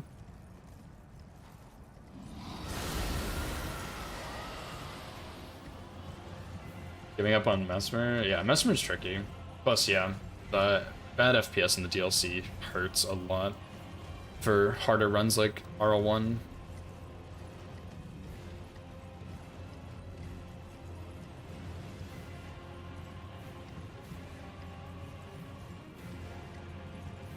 Especially in... I don't notice it as much in Mesmer, but that area in general is kind of laggy, but the Rolana is where I get the worst FPS, I think. Just because that's loading 2 regions at the same time. There's just a lot on my PC. Yeah, Rolana, yeah. Rolana's the big one for me. I was routing a hitless run that had Rolana, and I had to fight her. And I could not have done that run if I didn't get PC upgrades for like Christmas or my birthday or something, because my FPS was so bad in there. I seriously could not fight her. It was insane. Especially if it was raining. Ugh, that was the worst.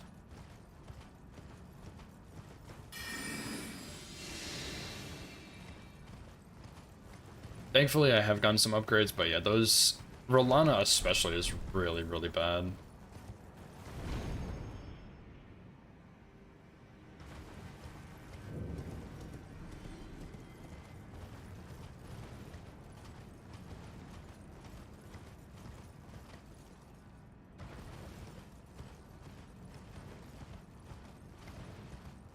I think I usually get like 50 to 60 at least. I don't really look at it that much, to be honest, but in the DLC it's a bit worse. Just because DLC isn't quite as optimized as base game, I guess. But some areas in base game I get pretty laggy. Like sometimes in Golden Godfrey's Arena I have some lag. I usually get some in Farm Azula too. But for the most part for me it's more just inconsistent lag. Like I lagged the other day in Blue Loretta's boss room, like Ghost Loretta. And it's like, well, that's never really happened, so what the heck was that? Stuff like that.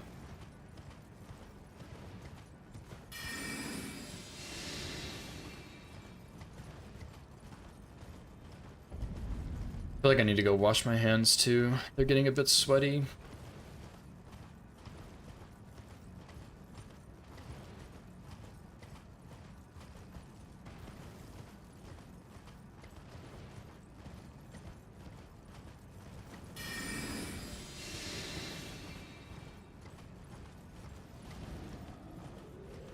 There's also a Somber 8 somewhere in here I could grab. I remember routing it, but I don't remember how. Maybe I will just not get it.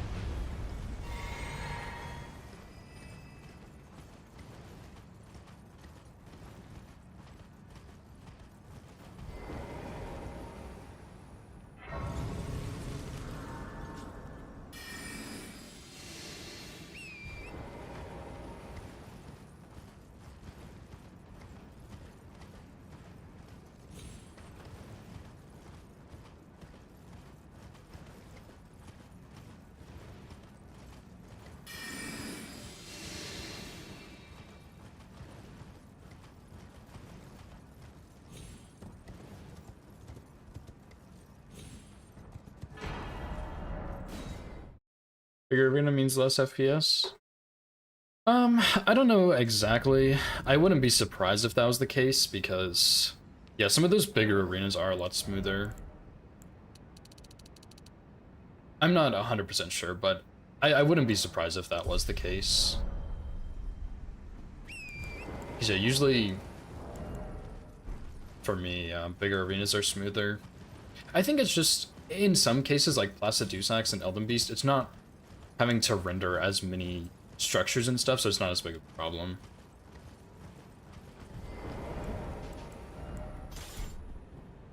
I'm gonna restart my controller real quick just in case before this fight. I'd rather not have to redo it, but just in case.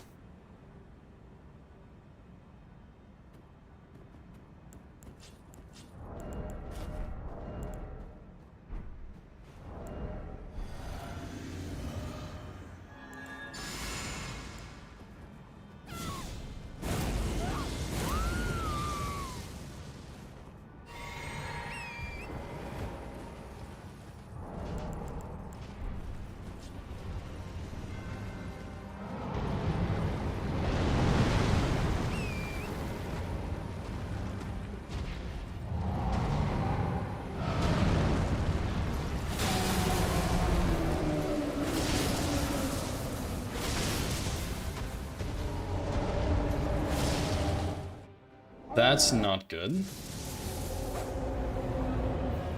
We'll see what happens. If he doesn't stagger, I might just bone. Okay, nice.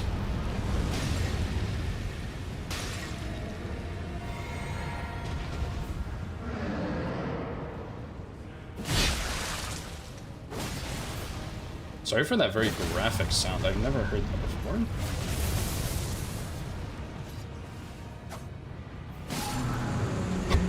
Oh boy.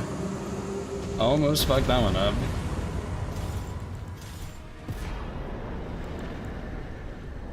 Why did it sound like that when I hit his hand? That was the nastiest noise I've ever heard. It's like wet and squishy. It's a blank. Thanks for the GGHN. Yeah, I'm kind of trolling myself a bit, like, that's all. It's not my fault, okay? Just blame the thumb, dude. Blame the thumb. Even though my thumb had nothing to do with that, I'm still gonna blame it.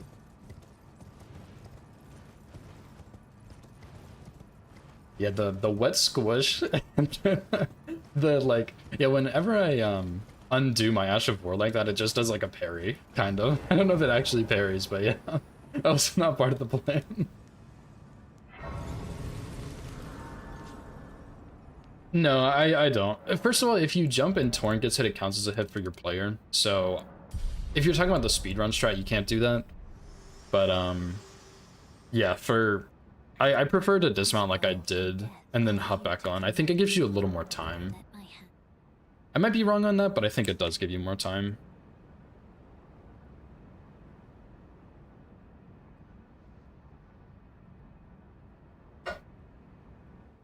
But yeah, I'm surprised he staggered in phase 2, because I usually don't get that RNG. I either get the overhead one where he doesn't do the avalanche, or the jump. But he didn't do either of those, which is a bit strange, so I was kind of out of position there. And,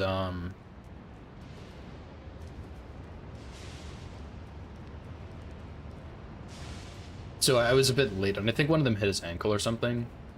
And usually that means I have to get both the weapon and the Ash of War to hit, which would stagger him, but it didn't for some reason. So I still got it in phase 2 somehow, which is kind of weird. But I'm not going to complain.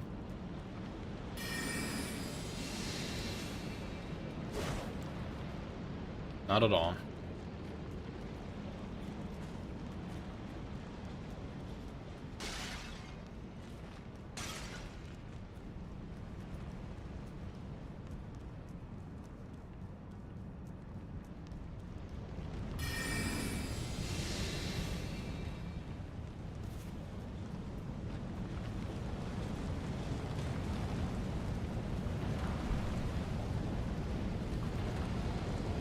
Hour and a half too, that's not bad, dude.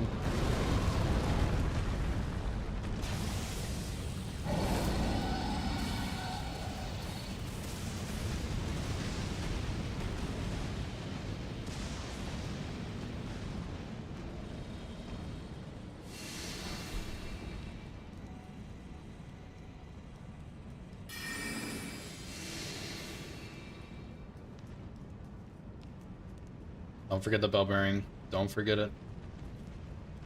No, I'm going to, but don't.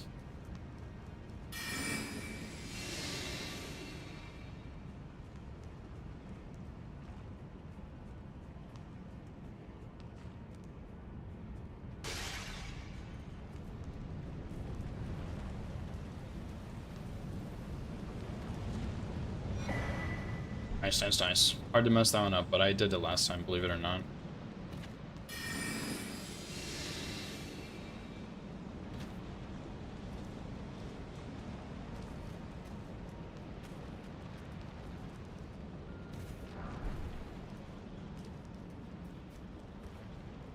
I think that's my last 7 I need to grab, because I got the 2 in the sewers, I used 1, and then I got the 1 in the skull. So it should be my last 7. And I need 2 more 9s, which one will be in Farm Missoula, one will be in Mountaintops.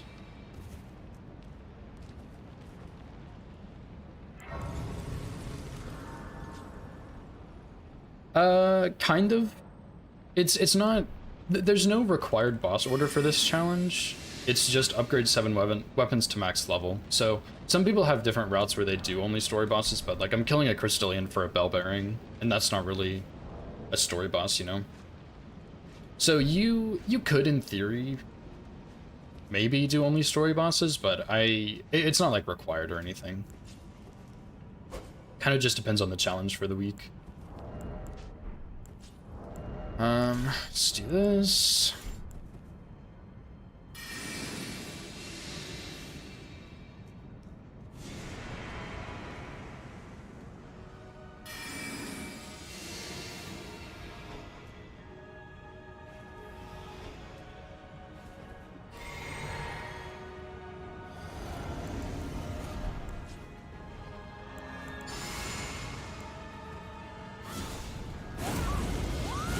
No, it's not no-hit. Like your typical no-hit run.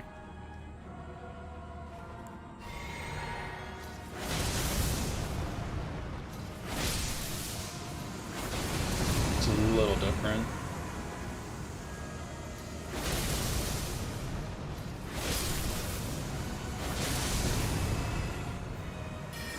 Just because it's like we're competing, so it's not just like, and we have the same weapon the whole time, so it's not just no hit run every week. There's different objectives and whatnot to kind of keep it a bit more interesting for both players and viewers.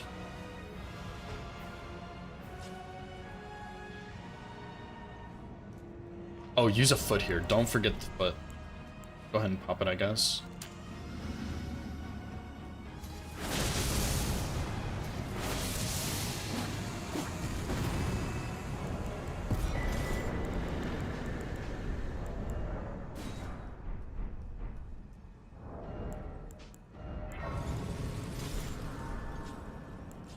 I'm gonna rest here also. But yeah, one of the weeks was well, actually 2 of the weeks had killing Elden Beast, but I think it's only been those 2 weeks that have killing Elden Beast as one of the requirements. But I think one of the runners on this run is doing a full any % all the way up to Elden Beast, and then he's also doing a New Game Plus run to get more max level stones, right? So there's not one right or wrong way to do it. Everybody has their own way that they prefer. My route just doesn't involve the final bosses because I think it's easier to just ignore them for this because there's enough stones in other places that you can grab.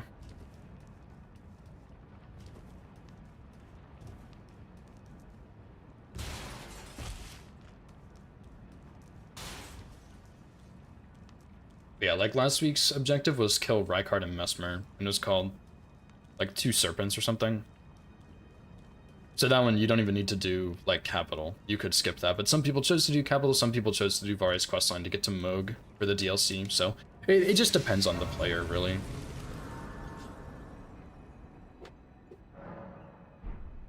Which also, in my opinion, helps keep it interesting because then, holy fuck, I didn't buy my arrows like an hour ago. And that really hurt when I pushed the T-pad. But yeah, it makes it more interesting, so it's more fun that way for me.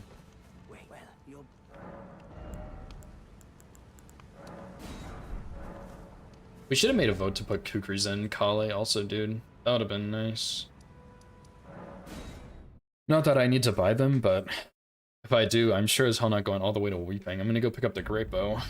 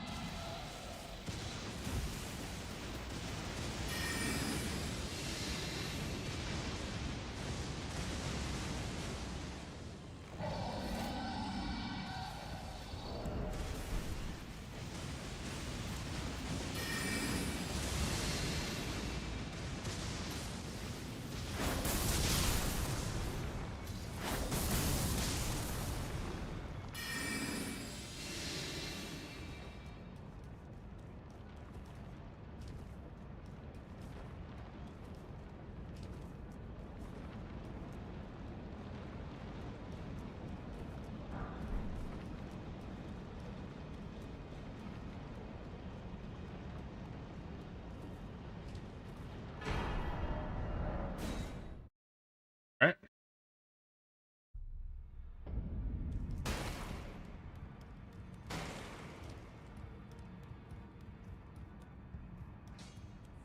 Lay out your arm. That's 1. Put that on the counter, dude. Plus 1 weapon. There we go.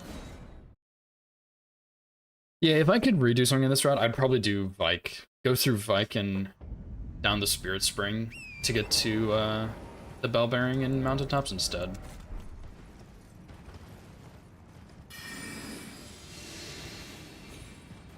I'll show all of them when I upgrade them too. Don't worry, you don't have to remember. I will remember for you, surely. Quickly spawns in 7 weapons and shows them all right now. Look, I did it. We're all done. It's just that easy.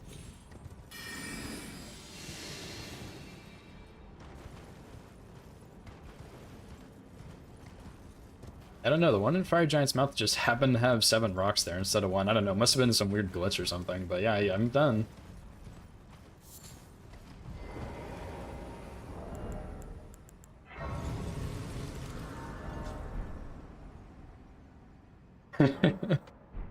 Okay, yeah, I'll show them when I upgrade anyway, because even though I know, like I've done this a couple times, I know I'm gonna upgrade 7, I know which 7 they are, and I count them as I upgrade them, I still go back and double check anyway.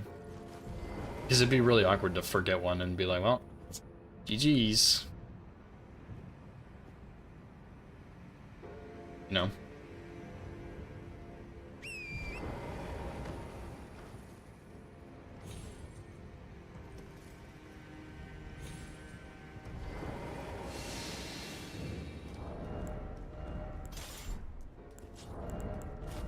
Oh, I do usually hot swap here though.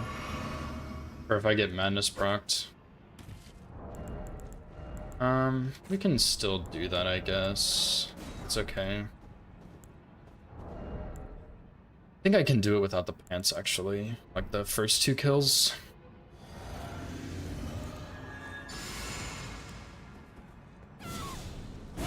No, fall damage doesn't count as a hit.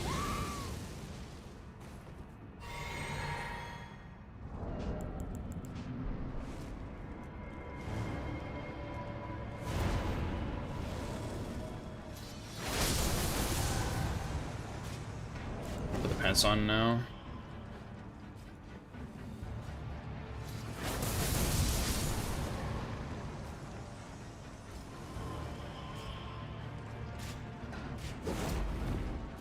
Certainly slightly late roll.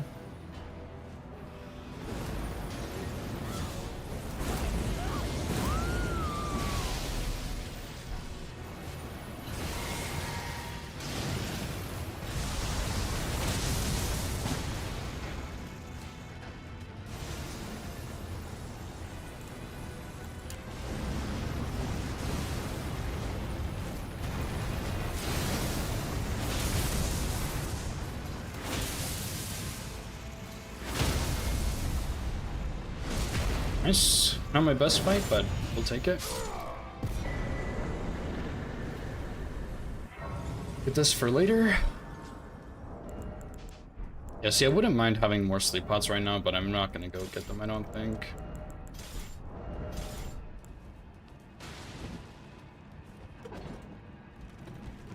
Yeah, the madness, a little sketchy. If I get madness proc though, probably just have to fight him, honestly. Which I'd rather not do, but I did practice fighting him before this, so it's not the end of the world. Yeah, I would rather not have to do that.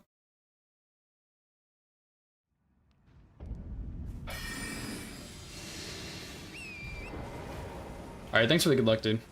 Hope your laundry experience goes well.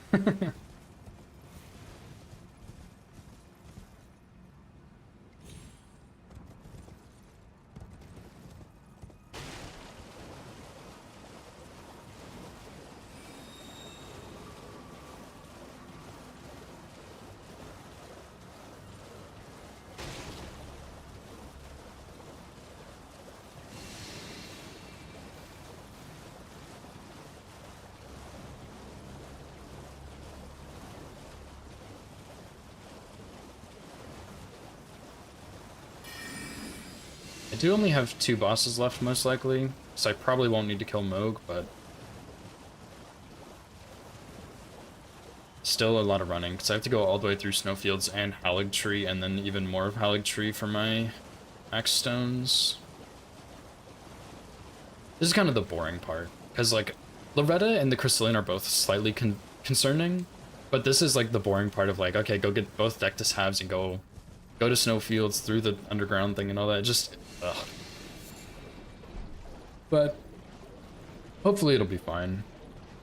Should be good. Once I get the Crystallian dead, we should be in the clear then. Unless something like crazy happens, but I don't know what that would be, honestly.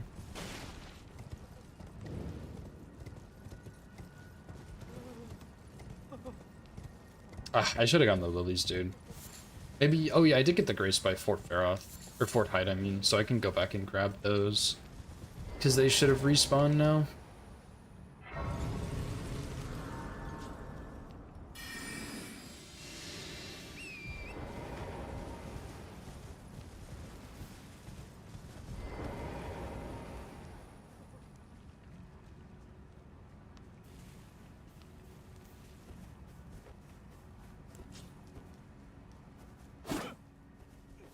Please, no.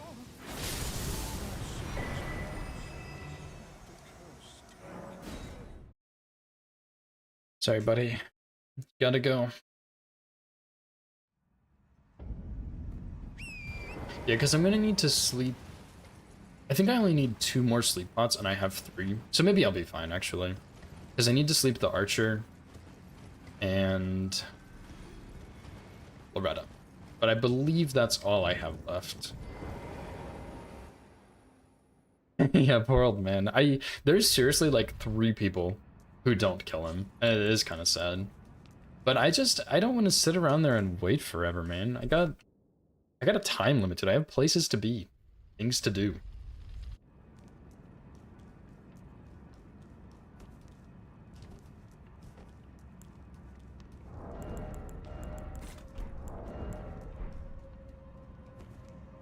Only he didn't like tell me he doesn't have anything, and then 2 seconds later be like, oh, actually, just kidding, I do have something. Here you go, buddy. Like, if we could just cut out that middleman of him lying to me, that'd be a little more convenient, you know?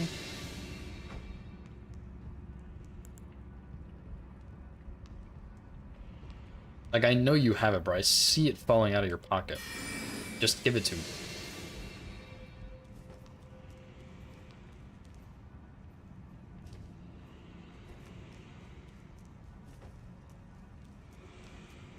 Also, if you don't have anything, why are you a pot? Yeah, that's the real question.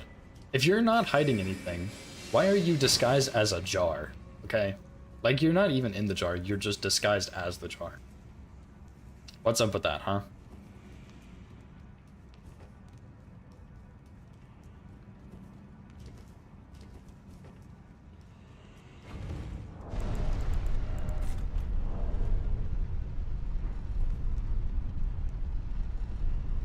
I remember when I was first playing Elden Ring, I found that half, and then a little bit later on IGN or something, I saw them talking about like, oh yeah, the secret other Haligtree half. If you can't find it, this is where it is. I was like, oh, I only have one half. Where's the other half? And it told me where the half I already found was, and I was like, you have got to be joking, man. Like, I don't... Why? But yeah, apparently most people find the obvious half in snowfields behind Nile, and they don't listen to Gideon when he talks about the Albanarg lady or whatever. And I did listen to him, and so I found the secret half. But nobody else did, apparently.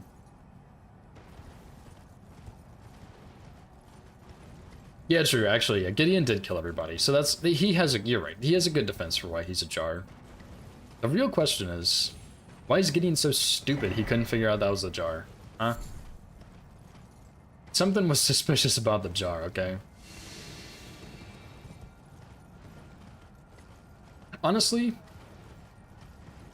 Gideon is such a shit boss, but I think the idea behind him is really, really cool, where his spells change based on which bosses you've killed and stuff. Like, I think that's super, super cool, but it's a completely missed opportunity because they used it on fucking Gideon. Like, that could have been such a cool boss design where you have some boss that, like, has moves from other bosses and stuff based on which ones you've encountered by that point in the game. Like, that would be so cool, and you could... No-hit runs could be even cooler because maybe, like, you don't want whatever his basic moveset is, so you go kill some extra bosses to make him change his moveset. Like, that would have been so damn cool, but they used it on Gideon. And so it just feels like a completely wasted potential. I hope they do something like that in the next game with an actual boss, because that is really cool.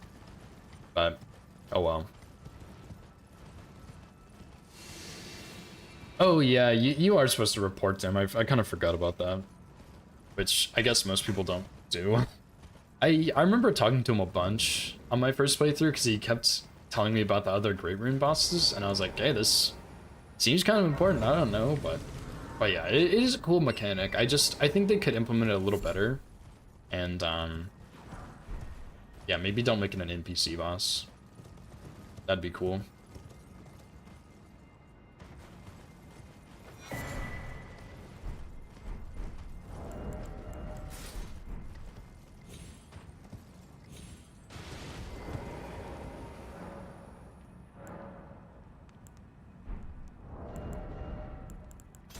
Yeah, I think there's some potential there. Just needs to be tweaked a bit. And honestly, they should probably tweak NPC bosses in general, because they're kind of dog shit, but... I don't really see them doing that, unfortunately. Hot take, no hit runner doesn't like NPC bosses. Who could have seen this coming?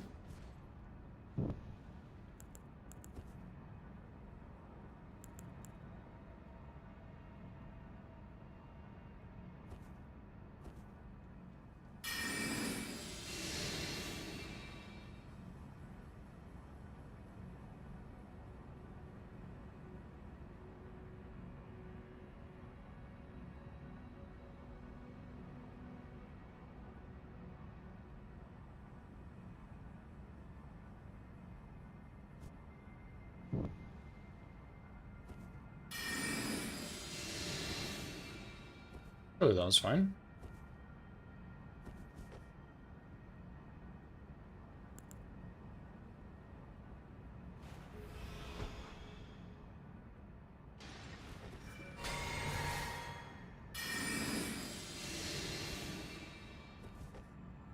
I remember yesterday, I was watching Meta route her, like, Stormhawk run. Or, not her Stormhawk.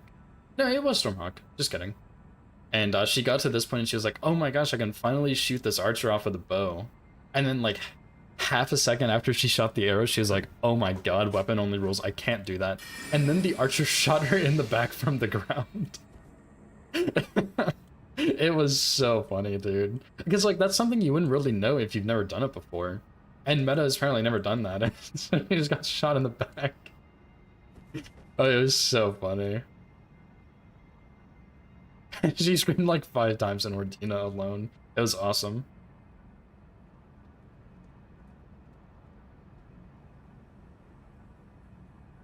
It was an interesting run. I almost routed Stormhawk any percent at some point. but I didn't really get very far because I was trying to follow weapon only rules, and so I didn't really have a good kill for Nefeli.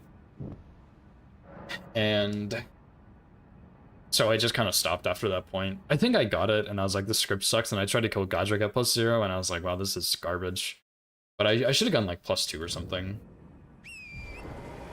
But yeah, anyway, it was interesting. It's surprisingly strong. I think it falls off a little bit late game though, but still, it was cool to see her actually like go through that. With a weapon I was also curious about.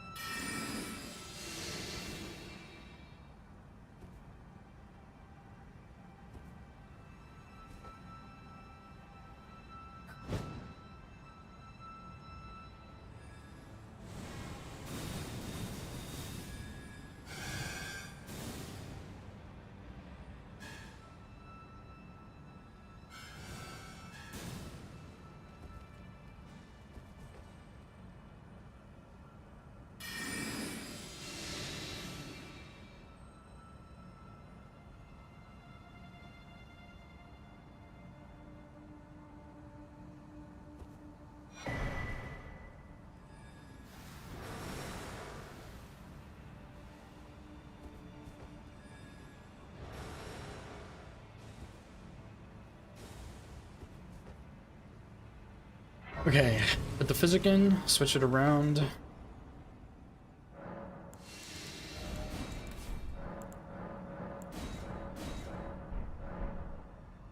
I'm also gonna make it nighttime too. I usually don't, but I don't think it'll really change anything. I think it'll just make things better.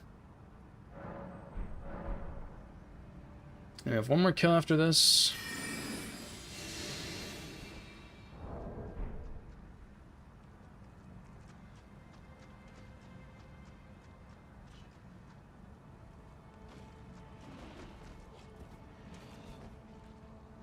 Oh my god, that guy stood up.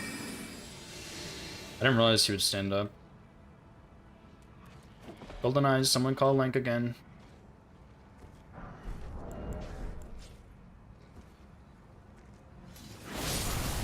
Oh, and I actually forgot, but yesterday, or Thursday, or whenever I did my full run, I didn't have the damage to kill some guys in Haligtree, so I'm gonna need to be really, really careful with that and make sure I take off, like, the cloak and the staff and stuff, so I can have the damage.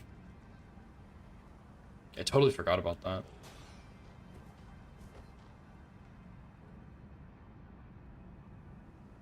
Okay, I need to remember that for this section then. I'll just take it really, really slowly and unequip everything I can, I guess.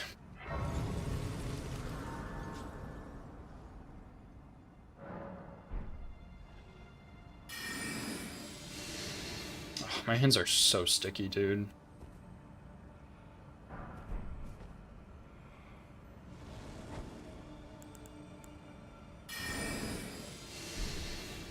Yeah, harsh economy, yeah.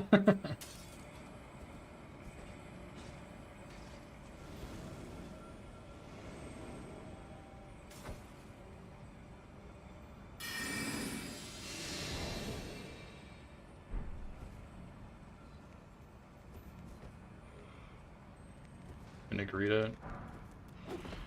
Whew.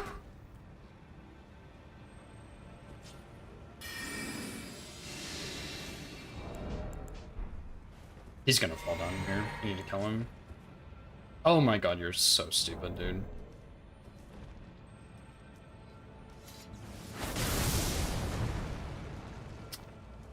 This guy, dude. Holy smokes.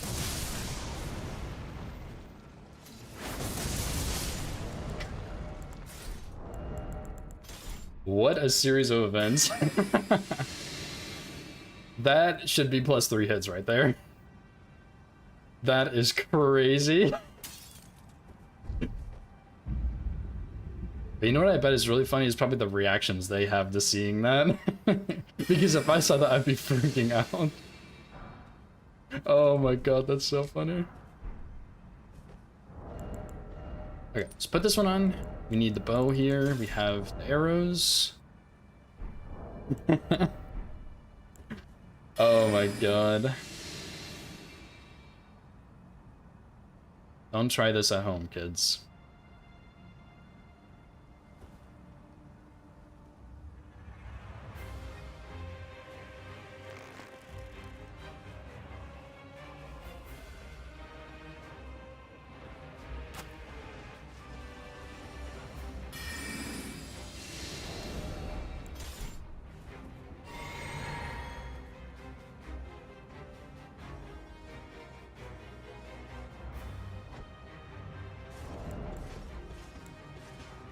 I think I made the right decision to stand there, though, and kill him. Even though it was a little sketch, I think that was the smarter choice. And I think he stood up like that because I rolled into him. Or, like, I rolled, and those guys just kind of do that when you roll near them.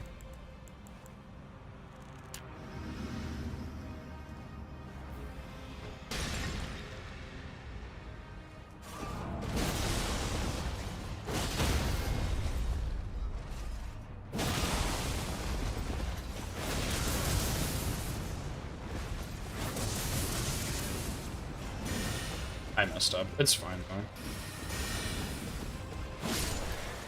That was pretty bad, but that's fine. I'm trolling the hell out of my game right now. Easy. I'm gonna go ahead, seeing as how I'm playing right now, I'm gonna go ahead and go get this bell bearing. She did the rare double hop backwards. And, that wasn't so kind to me, I'm gonna be honest.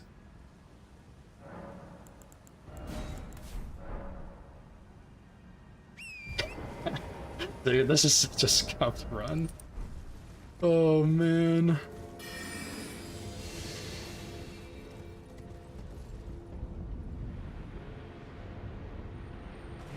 A little worried about a death there, too, but I'm kind of lucky.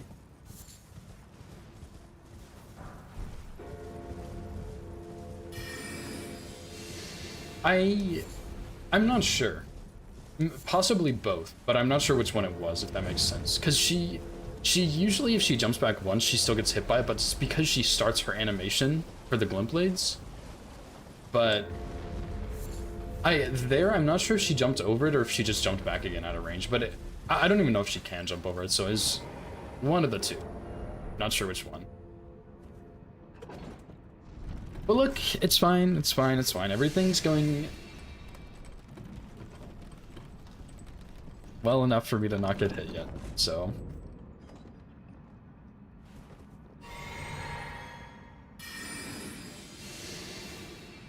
Now it's just the Crystallian and some collection and we're good to go. Really hope well, I guess if I didn't get the Loretic race, it's not that big of a deal because I got the elevator, right? As long as I don't have to do that running section again, it's fine.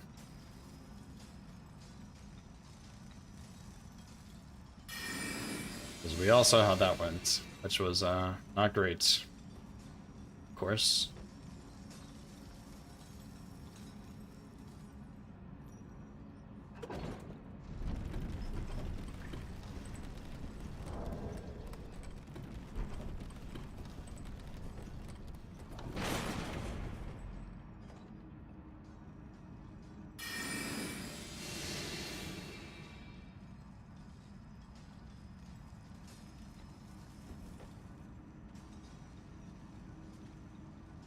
What's the room I'm scared of?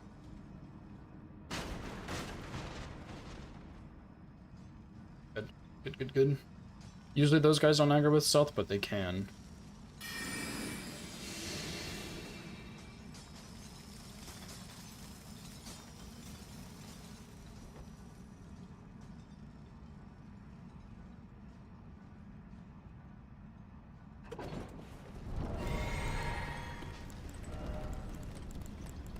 What about the cane sword, dude? I didn't see this one coming. Nobody saw the cane sword coming.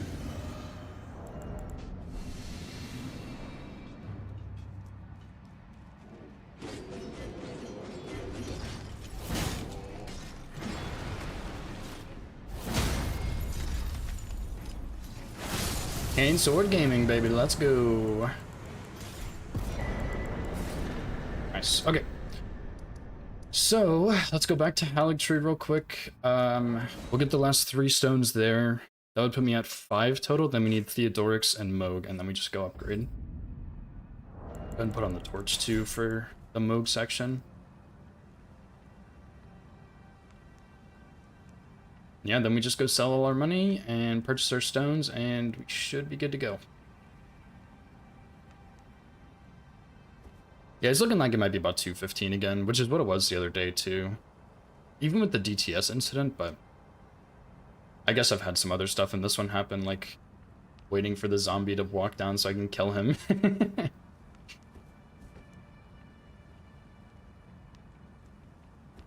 I still can't believe that happened. I greeted... I think it's a Smithing Stone 6 on that rooftop. It's not really like a good pickup. Like if it was an 8, it would be better because those are more expensive, right? But it's just a 6, and like it's so dangerous because there's so many zombies. So I really should have just skipped it, but he saw me because I went and grabbed it. I went slightly into his field of view.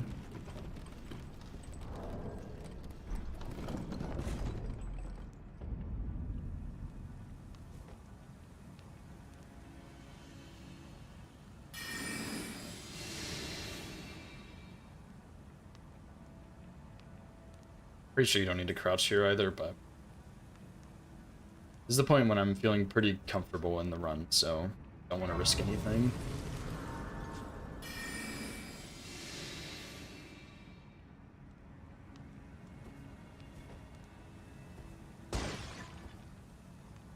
Ah, dang it. I'd really like to hit that jump first try, but I seem to miss it on my first try every time.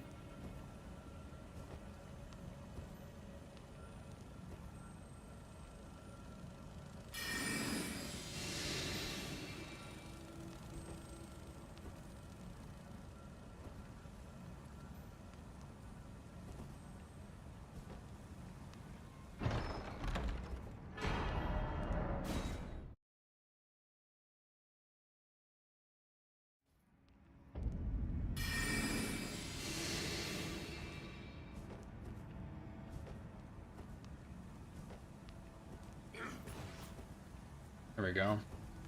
You just jump a bit early, I think, usually, which kind of sucks.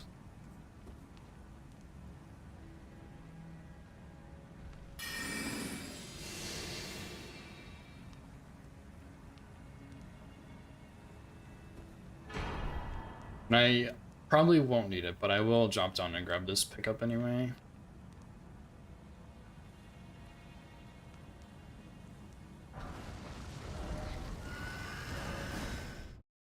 And that Revenant's facing the other way, by the way. That's perfectly fine.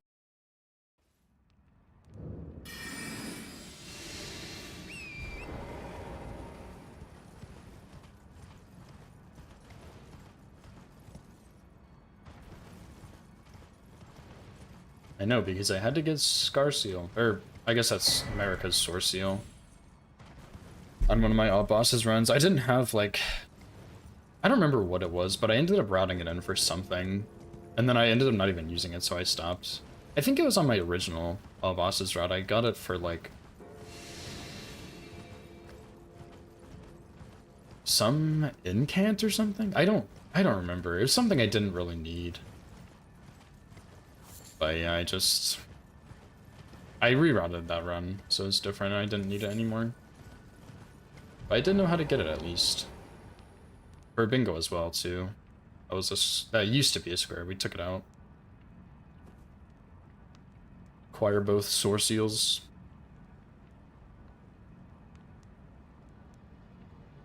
Kind of OP though, because it incentivized Haligtree, which Haligtree was really, really strong at that time.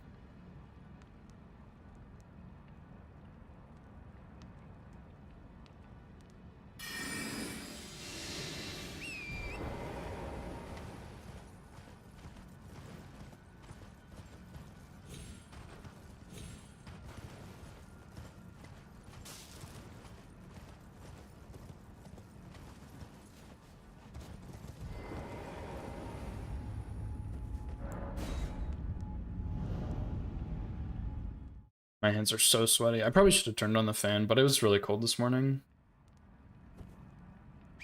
But I'm suffering from it now. Probably nerves too, of course.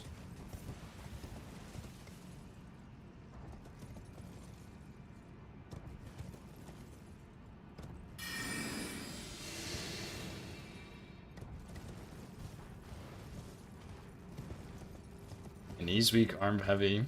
My knees are probably not the strongest, if I'm being honest here.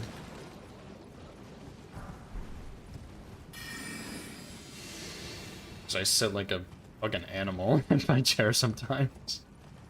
I sit with my legs crossed in my chair pretty often, which is probably not great for my knees.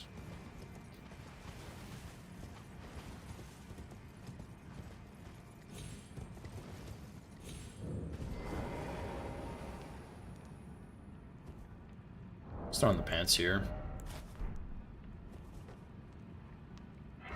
Alright, after this we just need to go get the Theodorix one, which is probably the sketchiest one. I should have like tested that one a bit more, but I think it's fine. And if he sees me, honestly, I might just go grab another foot and kill Moog, because I still have all my runes in my pocket, and it should be enough with him alone. So, excuse me, fellas.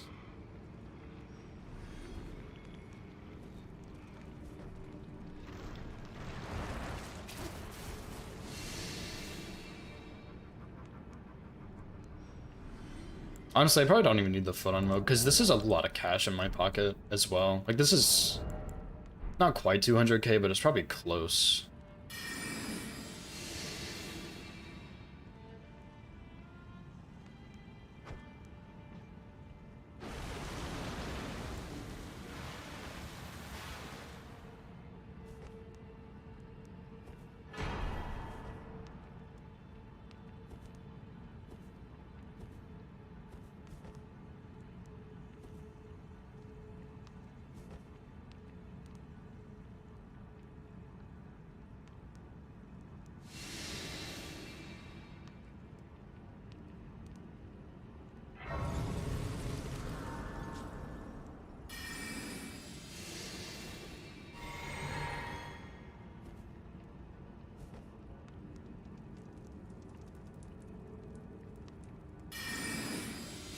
I do still need to go get a couple things when I finish these stone pickups, though.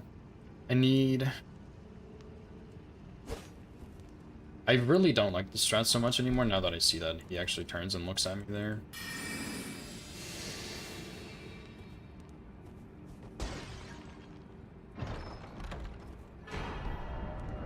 But yeah. I don't think so, Agent, but I don't dupe anyway. I thought that was lame.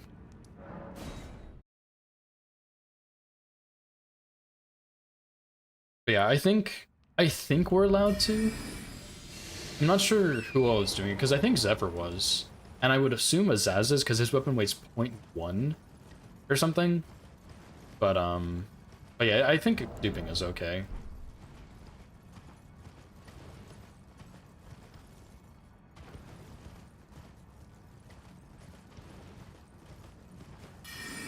But yeah, I thought duping was kind of lame. Like, it is smart, obviously, because it's cheap somber weapon upgrades, but I was just like, I don't really want to do that. It doesn't really defeat the purpose, but I think it's more unique routing if you get more upgrade or weapons to upgrade.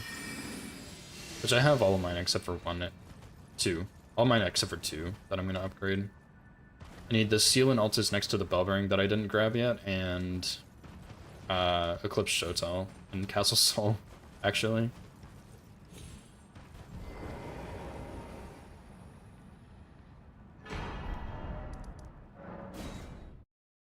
Oh, she did, yeah. I didn't see which weapons she upgraded, but what was the verdict on meta? I closed the stream a little bit before they figured it out because I wanted to like be prepared and stuff. But did she meet the objective in time, or did she have one more upgrade to go?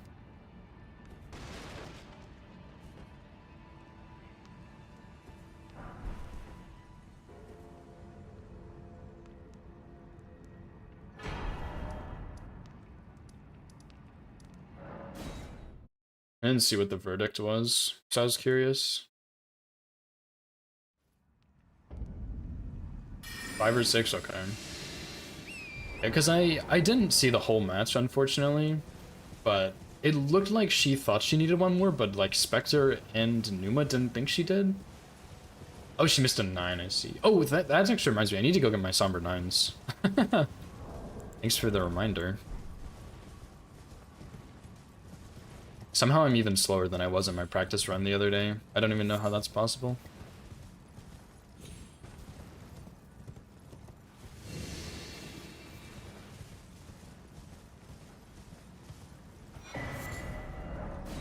So I need this bell bearing, I need to go get 2 9s, and then I'll upgrade. Preparing for reffing? Yeah. Didn't need one more? Okay. That's preparing so we didn't see it. It is unfortunate though. It is. This one I think was one of the trickier ones to actually route. I just think it's more bland in terms of actually running it. At least that's my opinion personally. It was cool to route it though, but once I actually got the route, it's like, okay, this is not so awesome. Because there's a lot of somber and smithing options, and the bell bearings, like if you want to get, like if you need to get more bell bearings from like the Crystallian duo or something, I know some people are doing that. I think Meta did it actually. I didn't see it though, but I think she did. But then there's also like DLC stones you could grab. Like this one was actually pretty cool in terms of routing.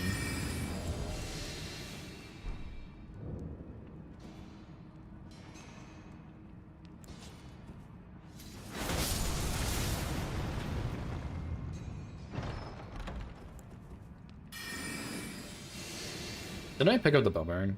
I didn't. Oh my god. Oh my god. I need someone to take over. I need to be put on the fucking bench.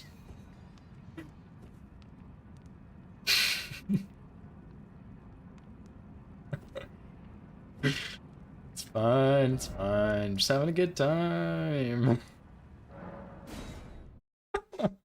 I would have realized eventually, but it would have been so fucking awkward, dude.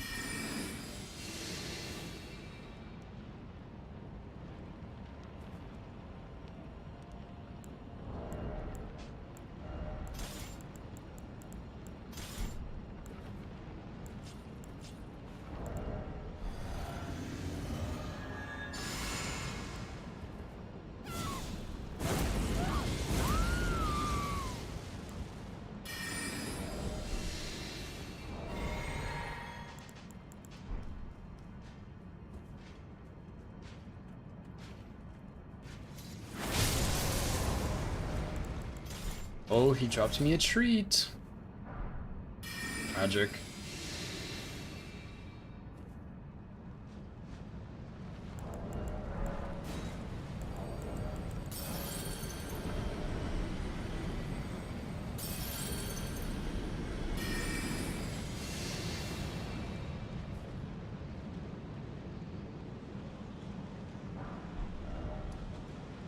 All right, and last one. And then we're good.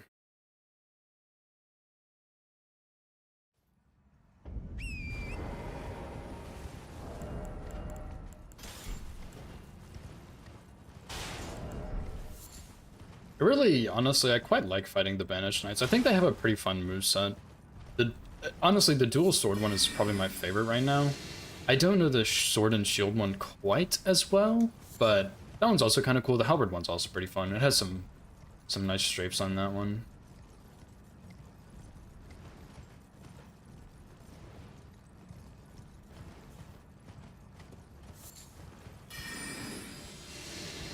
Oh yeah, the one in Castle Soul. Okay, everybody, I swear, I have not fought that guy since my first playthrough. I swear, everybody says that he has a different moveset. I don't think he does. I think it's the same moveset as the other ones. But nobody knows. Like, I think people just say he's harder, which makes sense. Like, maybe he does more damage or has more health, right? But I don't think he has a different moveset. And I keep meaning to go back there and try it, but I don't remember exactly how to get to him. Disappear and reappear? Yeah, but some of the other ones can do that. Not all of them, but there's a couple that can, right?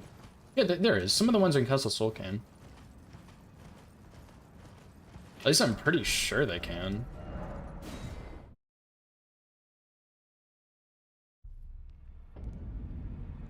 Right? Surely. I think they can. Surely. I don't know. Maybe I'm crazy. I'm just talking, but I'd have to go look at his moveset and see. Oh, yeah. Yeah, the ones in the castle. Yeah, maybe those are the only ones that can teleport, because I don't think the ones in Farm Azula can. Okay, let me think for a second. I need 12 of all of the ones and twos. So I'll just go ahead and get 12 of these. Then I have +7 +8, which is 16 threes. And I need another 12. And then I need 12, 12, 12, 12, 12, 12, 12, 12, 12, 12, 12, 12, 12, 12, 12. 3 of these, I need 3 of these, I have 3 of these, I need 3 of these. I should have my 3 9s as well. Yep. And our 3 Somber Stones and our 3 Smithing Stones, which is 6, plus the sword is already +10, that's 7. Let me go sell. I probably don't need to sell my money, but go ahead. Do it here while it's fast.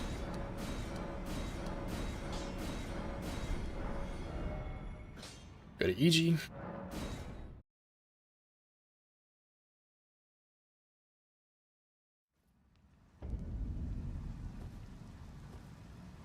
Well, then I presume.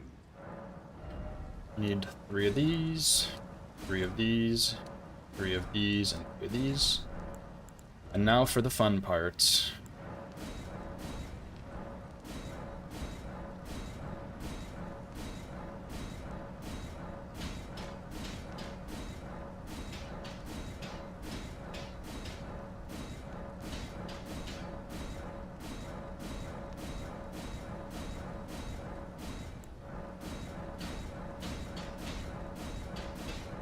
I like how he's tapping his little hammer. It's like he's actually upgrading my weapons for me.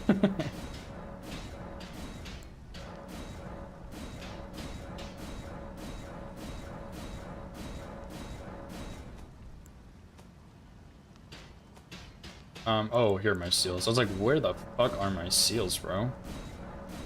In the bow section, of course. Very easy to mix up. I guess it says range / catalyst at the top, but the icon is a bow. And I guess a crossbow and a staff too, but like, who cares? Yeah, this is where my A key takes the real abuse. When I have to upgrade 7 fucking weapons. Okay. So just to clarify, we have 1, 2, 3, 4, 5, 6, 7. That's it, right?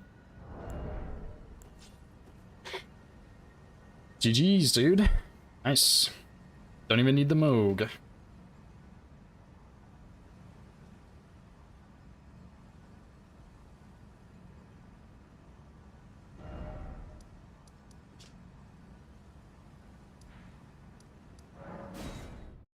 Jeez, Scrawny. Hello? Hello, hello. Fantastic. Hello. Thank you. Dude, congrats on the 3 points. Very, very clean. And I wouldn't necessarily say you went for any of the riskier pickups, but everything was just so clean. Thanks. Yeah, this one was... Yeah, watching the efficiency on it was awesome to see. Just everywhere you were going, you were picking up everything that was available, and just it all seemed on the way. Thank you. This one was fun to route, because there are like a lot of stones on the way that people don't know about, because you wouldn't usually pick them up. And some of the weapons, like using Veteran's Prosthesis and Eclipse Showtell to upgrade, I know it makes sense to just buy my weapon a bunch because it's really cheap, but it was fun to route 7 different weapons to upgrade, I think. Yeah, Yeah. no, it was really cool seeing all that. A lot of the stuff that you picked up, like I wasn't even aware existed. Like, for example, one that picked my attention was you going to a different entrance to Godskin Duo, I was not even really aware that there was a stone there, but you just went there and picked up an eye and was like, huh. Okay. Yeah. How do you find this stuff even? I guess when I'm routing, I just pick stuff up to see what it is. And that's The it. shiny objects, yeah. Exactly. Exactly. Yeah, and it looks like you had Moog there, kind of just in case. It seemed like you had more than enough runes, though. You still got, like, what, 300k almost? Yeah, the first time I routed it, I kind of messed up a couple things, and I needed Moog, and I was planning on doing him anyway. But on my second run of it, I realized I had a ton of money left over, so I didn't need to kill him, but yeah, I set him up as backup just in case. Yeah. Yeah, no, that makes sense. That makes sense. He gives tons of runes, but yeah, watching you go through it and just how much you had, it just, yeah, very, very efficient. Yeah, thank you. Absolutely beautiful run. Thanks so much for running. It was a good and, well, educational, to say the least. Thanks. It was fun. Thanks for having me. Congrats on the 3 points again, and I mean, have a good night. We'll see you again next week. Thank you. You too. GG's. GG's. GG's. Bye bye. Bye bye. Goodbye. Okay. Thanks, Agent. I appreciate it, dude. Yeah, he kind of snagged me out of there.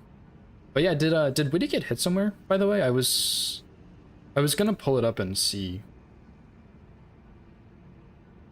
how he was doing. Oh, excuse me. Thanks, Jay. Witty is still his. Okay, perfect, dude. And he's probably about to go upgrade too, which is nice. So yeah, but yeah, that was a fun one to route. It wasn't so fun to run in my opinion, but like it's more on the boring side because you do almost an any percent, which I've done several times now with like doing capital for the DLC runs, and then you just add on Fire Giant and Godskin Duo, and then you do Nile, which I've already done on most of these runs for DLC. So it's like it's not really anything new per se, but it was pretty cool to route it because there's a lot of stone options and a lot of smithing options and just a lot of pickups on the way that people don't know about, which is really fun. And then yeah, I mean, I guess I chose different weapons. Like I think some people are just upgrading their own weapon 7 times, which is the most logical choice, I think, because you can buy it for 1 and all of the weapons are pretty light.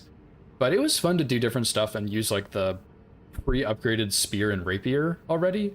Like those aren't probably the most efficient choices, but it was fun to think about stuff like that and route it. It was a fun one to route for sure. Yeah, educational too. Yeah, I'm glad to see that Witty's hitless. He'll probably finish up pretty soon. Let's see. That's gonna be it for me. I'm not gonna raid Numa though, because I assume he's just gonna end after this. So,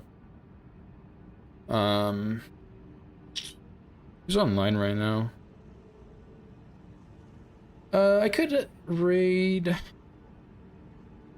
I'll raid Goody. Actually, I was thinking about raiding Witty, but that seems toxic, so I'm not gonna do that. As funny as that would be. Yo, Witty, what's up, dude? I already finished. Get wrecked. Yeah, I'll raid him. As funny as it would be, I won't. But yeah, I'm gonna raid Goody. He became an Elden Ring verifier not too long ago. I haven't really interacted with him much, but he seems like a pretty cool guy. I'm not too sure of all the runs he's done. I know he's done at least any percent, and he's done like some Sekiro stuff too, but he's a pretty cool guy. Starting on Plassie and then a raid, yeah. That would be so funny. But yeah, for the YouTube stream, I forgot to do this. I'm gonna go ahead and end it. Thank you guys for hanging out. I'll be back on Monday to route the Commander's run next week, which I'm really looking forward to. But yeah, YouTube people, thanks for hanging out. I'll see y'all on Monday. Peace. And for